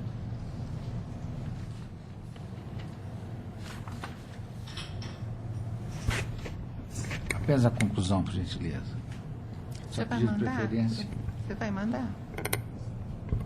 Conheço do recurso ordinário interposto, no mérito sem divergência, dou-lhe provimento para acrescer a condenação a pagamentos honorários assistenciais no importe do percentual de 10% do valor fixado na sentença, em favor do autor. Tem divergência, não, né? Eu mantive. Tem divergência. Obrigada, doutora Maria Lúcia. Não, que é o número? 10. É um processo que ele pediu para considerar. Ah, tá certo. Foi aquela sustentação. Eu mesma pedi isso, mas eu mantive. Tá. Até acrescentei mais fundamentos no voto. Tá certo. E não houve divergência apontada aí, não? Apontada, não. Tá certo. Não houve, não. Assim se decide. Doutora, como é que ela fez sustentação oral? Exatamente. E não tinha obrigação pecuniária? Aí eu fiquei... Isso.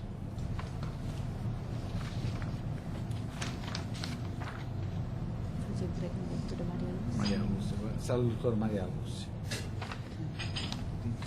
licença. É doidinho.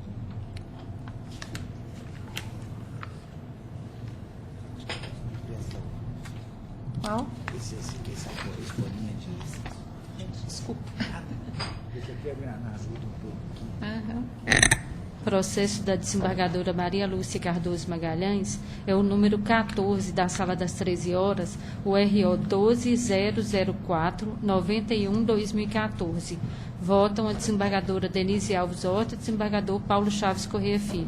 Inscrito Dr. João Braulio Faria de Vilhena, pela segunda recorrente ausente. Doutora Maria Lúcia, apenas a conclusão, por gentileza. Só confirmando, 10 do 253? 10.12.004. Processo 14 da pauta. 12.004.91.2014.5.0027. Eu estou conhecendo os recursos no mérito, negando provimento ao recurso do reclamante e dando provimento parcial ao apelo da ré, para excluir a condenação ao pagamento de aviso prévio. E mantenho o valor da condenação porque ainda é compatível. Não havendo divergência, assim se decide. Processo da desembargadora Maria Lúcia Cardoso Magalhães é o número 15 da Sala das 13 horas, o ROPS 12.410-18/2015. Votam a desembargadora Denise Alves Horta, desembargador Paulo Chaves Corrêa Filho. Inscrita a doutora Andréia Santos Silva pelo recorrente ausente. Doutora Maria Lúcia, apenas a conclusão.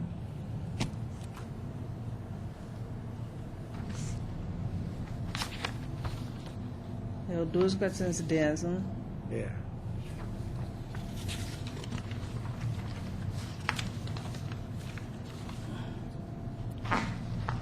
Esse é o processo do... Tem duas divergências.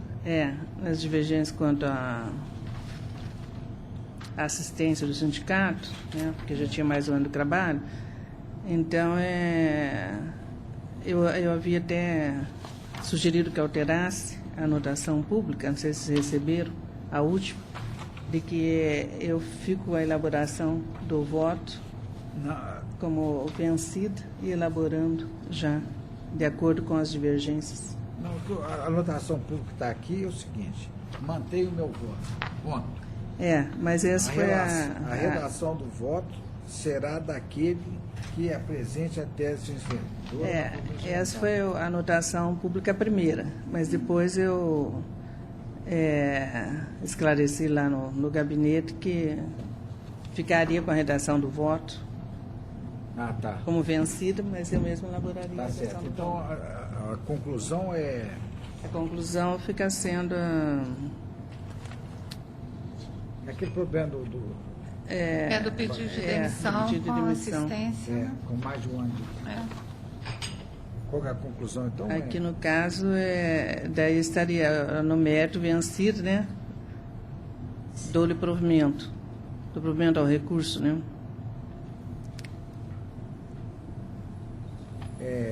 Então,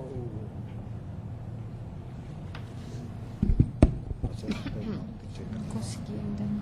Só está com voto aí, só para proclamar aqui.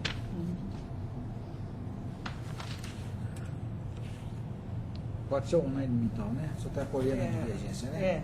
Eu me dou como vencido. Tá. Porque já houve um outro semelhante a esse, né? Bom, semana anterior, eu já havia ficado vencido. Conheceu do recurso preenchido no mérito, sem divergência, deu-lhe provimento. Vai ser sem divergência? Sem divergência. Vencida a relatora, né? Por unanimidade. Eu fico vencida. Eu fico vencida. Então, por maioria, eu, que seria relatora, fico vencida. Porque o meu entendimento que era diferente, né? Mas aí eu mesmo elaboro o voto. Mas então está dando contradição com essa observação pública aqui. Não, essa observação já está superada. Já. Então, por maioria, vencida a relatora.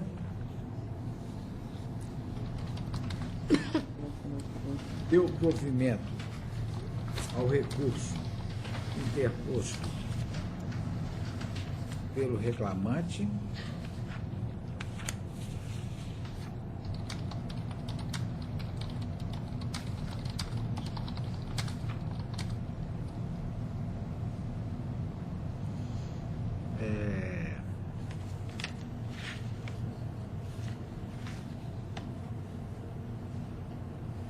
Que é um ROPS para também, declarar aqui, a nulidade esse ROPS aqui consta. Da manifestação de dispensa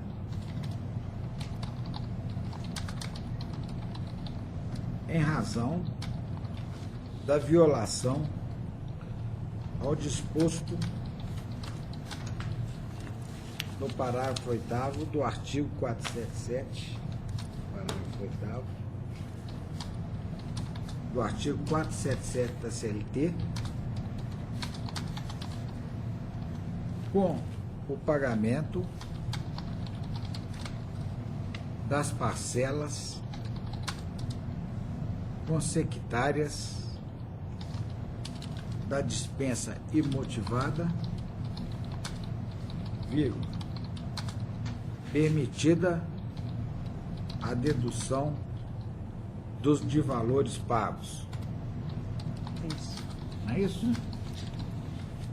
Está de acordo com a redação? Não, está certo. Então, a senhora continua relatora? Sim, continua. Continua relatora.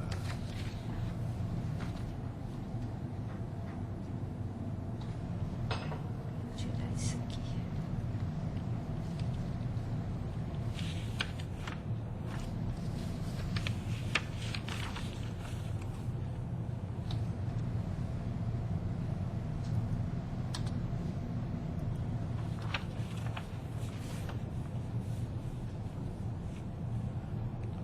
Ainda na sala, doutora Maria Lúcia,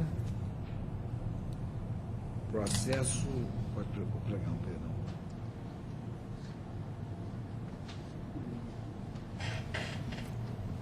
Processo da desembargadora Maria Lúcia Cardoso Magalhães é o número 12 da sala das 13 horas, o RO 1106204-2015. Votam a desembargadora Denise Alves Horta e o desembargador Paulo Chaves Corrêa Filho. Inscrito o Dr. Ronaldo César Ferreira Silva, pela recorrida presente. Boa tarde, doutor. Boa tarde. Doutora Maria Lúcia, apenas a conclusão, por gentileza. Estou conhecendo o recurso no mérito, negando-lhe provimento. Dados quer fazer uso da palavra, doutor? Não, ok, só que os demais sigam o voto da relatora. Não havendo divergência, assim se decide. Boa tarde.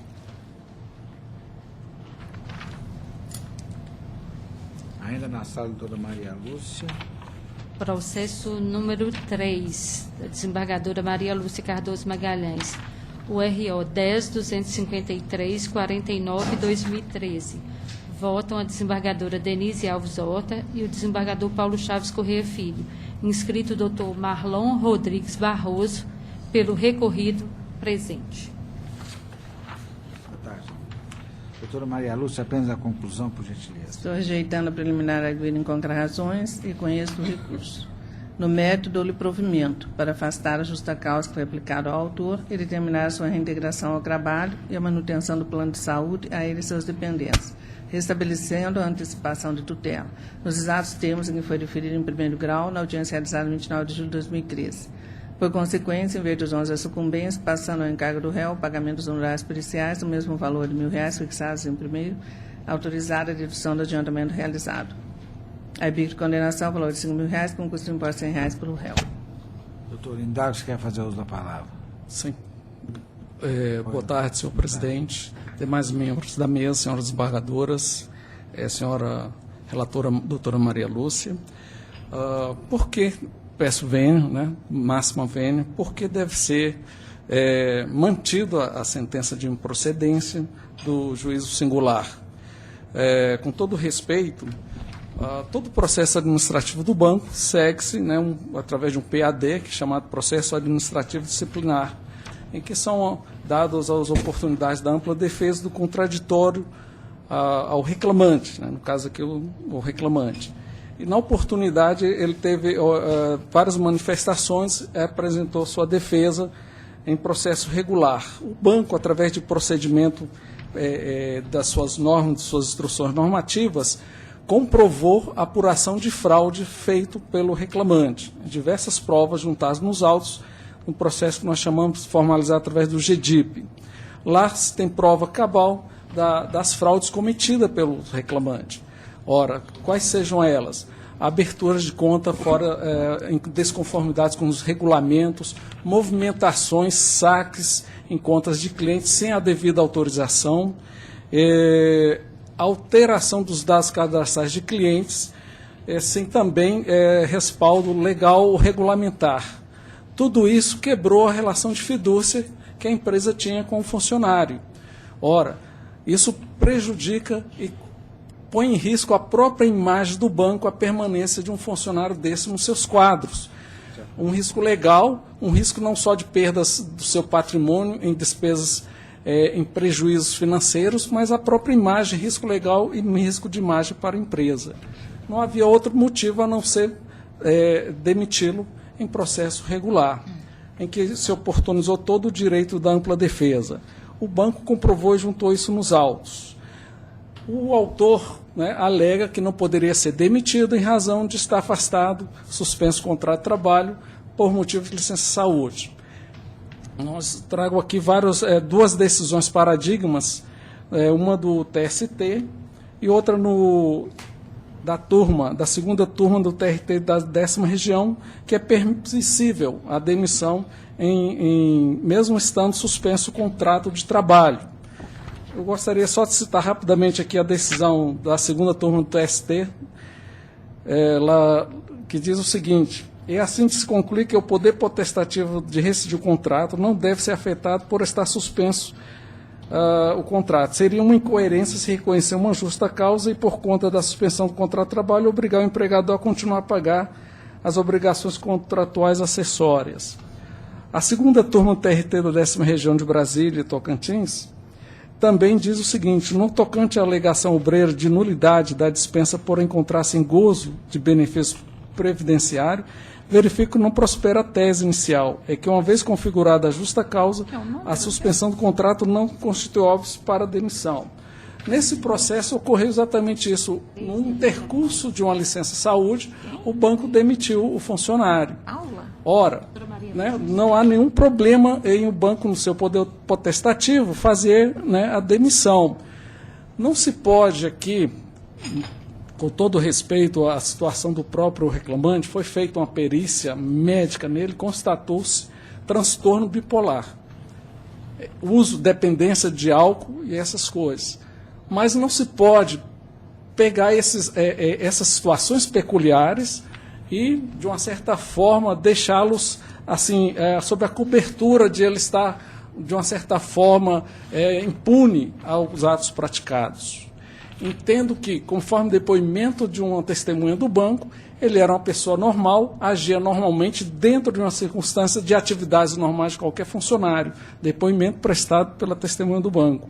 Ora, se ele era normal para praticar as atividades do dia a dia dentro da empresa, em conceder empréstimo, fazer empréstimo, contratar, descontratar, não pode, por conta disso, praticar ilícitos e depois alegar: eu estava num transtorno bipolar, eu estava ausente das minhas faculdades mentais sem razão de discernimento. Eu acredito que isso não pode ser levado em consideração para reintegrar ao quadro da empresa. Por essa razão, acredito e peço vênia para que seja reconsiderado o voto e mantida a demissão, como bem reconhecido pelo juiz primário. Obrigado. Doutora, devolvo a palavra à ilustre relatora.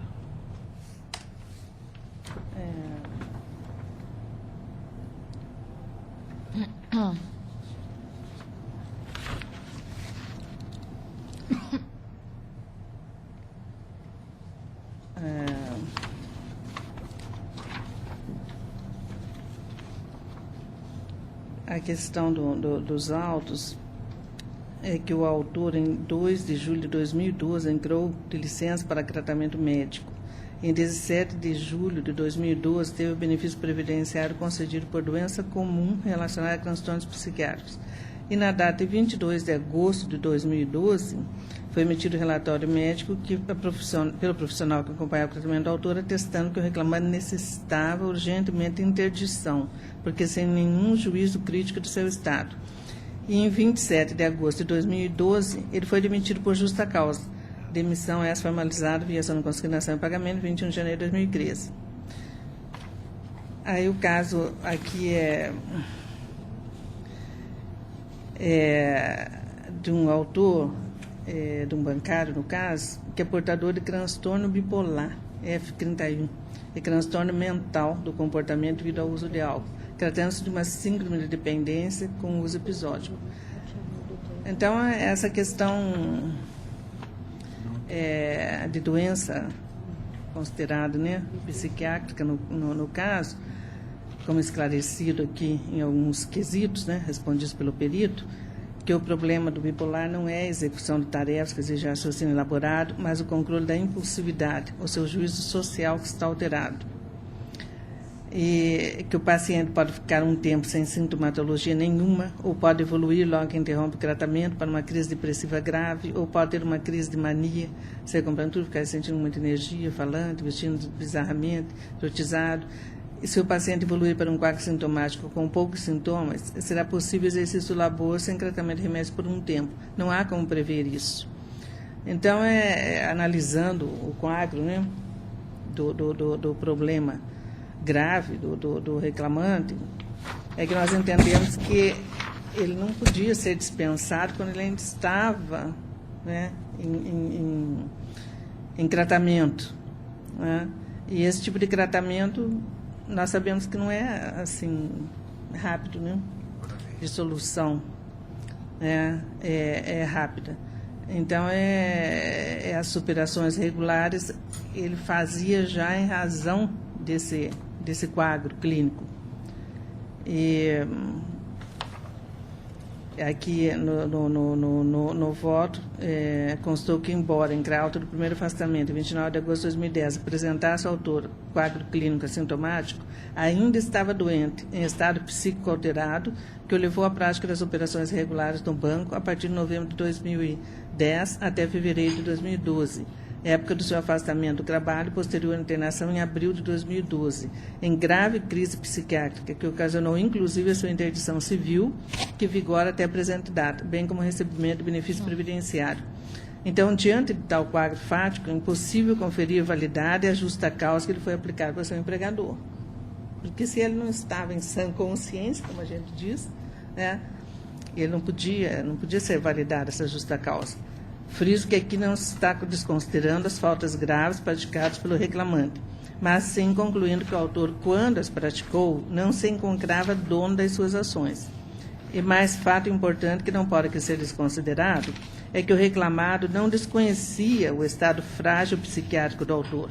Ao contrário, tinha ciência da doença que o acometeu e o levou a ser afastado do labor em junho de 2010.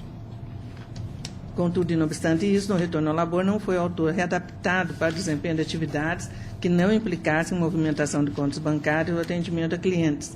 Tampouco foi supervisionado de forma mais próxima e eficaz por seus superiores hierárquicos. Note-se que o autor era apenas escriturário no banco, não era detentor de cargo de confiança. Acresço também que os exames médicos periódicos realizados desde então não consideraram tal fator de risco. Exames psiquiátricos sequer foram realizados ou solicitados pelo empregador, sendo o autor sempre considerado apto ao trabalho. O cruzinho a conversão da admissão motivada em imotivada, na forma requerida pela defesa, não se viabiliza legalmente. Eis que na data da ruptura do vínculo, o contrato de trabalho estava suspenso, recebendo ao autor benefício previdenciário. A extinção em tal situação somente seria possível mediante a justa causa agora afastada. Finalmente, registro que não há a falar em indenização por danos morais. Isso porque o conjunto probatório dos autos não evidencia que o autor sofreu ofensas ao patrimônio moral por parte do seu empregador e seus prepostos. O inquérito administrativo foi realizado porque, de fato, as irregularidades foram constatadas. A reversão da justa causa ocorre porque o autor, quando da prática dos atos, estava incapaz.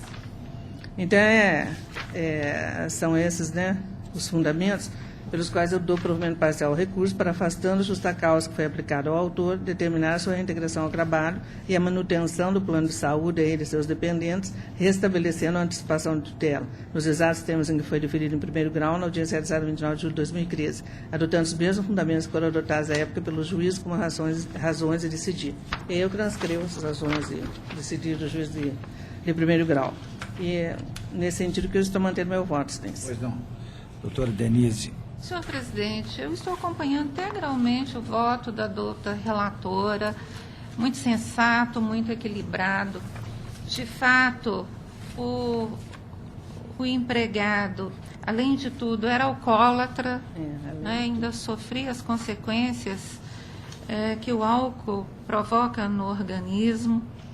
E já vinha em tratamento há longo tempo e o banco não tomou uma providência efetiva para oferecer um tratamento satisfatório ao seu empregado. E se sabe que o Banco do Brasil tem uma previdência, né, um plano de saúde excelente, um dos melhores, né, do Brasil, a CACI. E o empregado, ele se tratava em hospital psiquiátrico em convênio com a CACI, desde 2010. Então, o banco tinha conhecimento desse problema dele, né, não tomou nenhuma providência no sentido de que ele tivesse um tratamento adequado ou uma readaptação ou trabalhasse em algum lugar que propiciasse o seu trabalho de uma forma menos prejudicial, né? Inclusive nos exames periódicos realizados, ele era sempre tido como apto para o trabalho, né? Então, o exame periódico ele é fundamental para avaliar essas circunstâncias, recomendar a readaptação do empregado, né? A gente se bate por isso aqui no tribunal, né? Aqui no próprio tribunal a gente se bate pela realização do exame periódico com essa efetividade. Então, o banco tinha tudo nas mãos para fazer com que o empregado pudesse ser tratado adequadamente e não tomou nenhuma iniciativa nesse sentido. De acordo plenamente.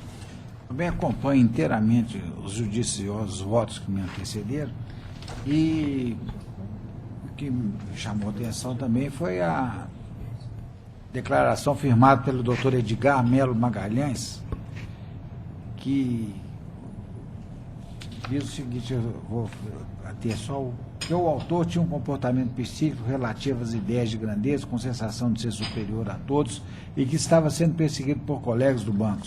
Que em abril de 2012 o autor não apresentava condições de trabalho devido ao seu estado de saúde. E relevante ainda o pedido de informações de internação urgente do autor datado de 23/4/2012 ao Hospital André Luiz. Encaminha o senhor Tarsis Teixeira de Carvalho, através do convênio da CACI, solicita internação urgência. Diagnóstico F1024, F319. Todo diagnóstico F já é problema mental, aí é lógico. E o relatório médico relatando necessidade de internação necessita urgentemente de uma interdição. Tanto é que a doutora bem frisou que foi interditado, tudo, e por essas modestos acréscimos, eu comungo inteiramente com os votos que me precederam e assim se decide. É uma questão só de matéria fática, peço vênia, que a empresa decide pelo seu corpo médico que faz a avaliação. E ao declarar apto o funcionário, a empresa entende que está em situação normal o funcionário a continuar laborando. Se escrevesse tem a opção do inapto, aí sim a empresa acredita que teria tomado as devidas precauções, né, as providências necessárias para recuperar ou ajudar, ou até mesmo verificar e afastar e colocar ele em locais mais adequados. Mas o corpo médico, ao declarar apto, a empresa entende que, né, uma apreciação médica foi feita, então pode ser mantido. Só que acredito que o transtorno apareceu na hora, ninguém marca a hora que vai, né, acontecer. Infelizmente aconteceu no final de 2011, que foi apurado as irregularidades. Mas, enfim, só queria deixar registrado que a empresa toma os cuidados necessários quando o laudo médico, né, o ASO, que a gente chama, encaminha para isso. Mas, independente disso, continuarem mantendo, né, fica registrado isso também. Tá certo. Ok. Decide. Tá certo. Obrigado, boa tarde. Boa tarde. A doutora Denise, né? A doutora Denise agora. Processo da desembargadora Denise Alves Horta é o número 11 da Sala das 3 e 6, o ROPS 10.653/13/2016. Votam o desembargador Paulo Chaves Corrêa Filho e a desembargadora Paula Oliveira Cantelli. Inscrito o Dr. Pedro Henrique Fernandes, pela recorrente presente. Doutora Denise, apenas a conclusão, por favor. Boa tarde, doutor. Boa tarde. Boa tarde, pois não, senhor presidente. Conheço do recurso interposto pela segunda reclamada Vale do Tijuco Açúcar e Álcool Limitada, No mérito, nego-lhe provimento, mantendo a sentença recorrida. Boa tarde a todos. A sustentação oral do senhor será realizada no dia 6 de setembro, no prédio anexo? Exatamente, Excelência. Aquela sentença de Turama. Eu gostaria de pedir que fosse convertida o meu pedido de sustentação oral em mera assistência para acompanhar o julgamento, ciente já do posicionamento da turma. Pois não, o senhor reitera... Eu reitero integralmente os mesmos termos. Perfeitamente, o senhor disse... Não vou tomar o tempo de Vossas Excelências, porque são os mesmos argumentos, os mesmos fundamentos. Estive no gabinete... O senhor fez a sustentação para 3 processos, exato. Se não me engano. Foi. Não foi isso? Foi exatamente. No dia 6 de setembro. Perfeito. Uma terça-feira. A intenção era somente acompanhar o julgamento em razão de novos elementos trazidos em memorial. Tá, agora eu indago. Depois da sustentação oral, que o senhor fez menção que já tinha um voto da doutora Maria Laura, no sentido que atende o interesse do senhor, teve mais algum voto além daquele? Tivemos um novo da 9ª turma, mas também de relatoria da Maria Laura. Tá. Então, nesse caso aqui, doutor, eu mantenho a minha proposta de voto que eu feri lá, que eu tive cuidado de ler o voto na íntegra, reproduzo como se aqui estivesse, e dou provimento para expungir da condenação a responsabilidade solidária, como eu fiz da outra vez. Perfeito. A senhora acompanha a relatora, né? Eu acompanho, senhor presidente, respeitosamente. Então, a decisão é por maioria, vencido o segundo votante, que dava provimento ao apelo para expungir da condenação a responsabilidade solidária. É isso. Muito obrigado, Excelências. Boa tarde a todos. Boa tarde, assim se decide. Boa tarde, doutor.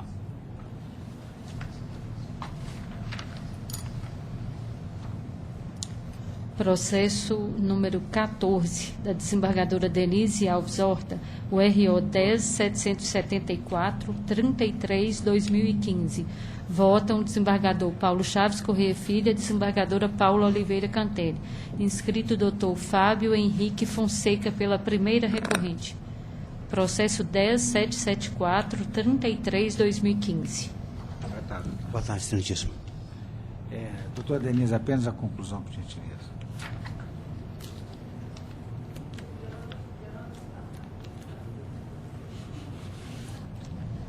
É o 10.508? Esse? Não, 10.774. 10.774-33 é um processo oriundo da segunda vara de Itabira, 171 número lá. Você mandou ele aqui para mim? Eu estou tentando, doutora. Pois é, porque eu estou sem ele aqui. Eu estou com ele impresso. Tá?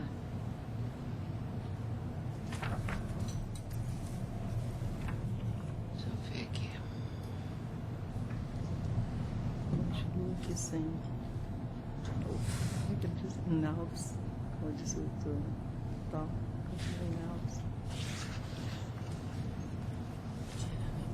Apenas a conclusão. Senhor presidente, eu conheço dos recursos interpostos pelo reclamante e pela segunda ré, Construções e Comércio Camargo Correia S.A. Não conheço, no recurso ordinário interposto pela segunda reclamada, do item relativo à multa prevista no artigo 475J do CPC, por ausência de interesse em recorrer. No mérito, nego-lhes provimento. Doutor Fábio Henrique Fonseca, você tem interesse em fazer uso da palavra? Excelentíssimo doutor Paulo, com todo respeito, eu cumprimento aos demais, através da pessoa de Vossa Excelência. Eu tenho sim. Aqui uma situação de subsidiariedade. Nós temos um contrato de uma empresa de segurança, onde há uma atividade de motorista. Essa atividade ela distorce totalmente da atividade predominante do contrato, de que é a vigilância e fazer o serviço de vigilância nos palcos de obras da empresa. E essa função de motorista, ela não está enquadrada no contrato, essa pessoa não ficava à disposição da empresa, não tinha nenhum contato com os membros da empresa, por isso que a gente presume, né, que ela não faz parte do contrato, muito menos da condição de ser prestadora ou da Camargo Correia se beneficiar do trabalho da mesma. São essas as minhas alegações aqui, principalmente na subsidiariedade, porque ela abarca tudo. Pois não. Doutora Denise? Senhor presidente, eu mantenho voto, eu entendo que houve a prestação de serviço da empresa para a recorrente, a empresa prestadora de serviço para a recorrente e o reclamante, então, atuando para essa sua real empregadora, ele também laborou de modo a satisfazer os interesses da tomadora. Então, senhor presidente, eu estou mantendo, porque ainda que lícita a terceirização, a responsabilidade subsidiária, ela é corolário natural desse contexto. Eu estou mantendo o voto. Pois não. Eu li atentamente esse voto, o voto é oriundo da segunda vara de Itabira, e eu comungo inteiramente com o entendimento da doutora relatora. Indago a doutora Paula. Com a relatora também. Assim se decide, doutor. Obrigado, excelência. Boa tarde.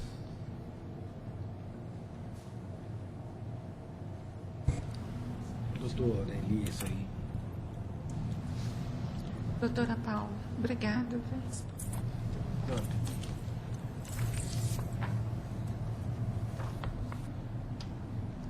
Processo do desembargador Paulo Chaves Correia Filho, na sala das 13h11, é o número 32, o RO 11.994-89-2015.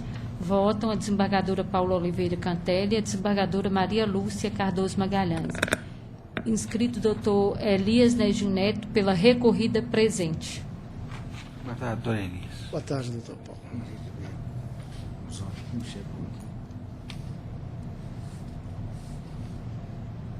Não consegui nem sair. Doutora Paula, só tem um. Vou cobrar. O tal do PJ é complicado. Doutor, dando a conclusão, conheço do recurso interposto pelo reclamante e no mérito nego-lhe provimento.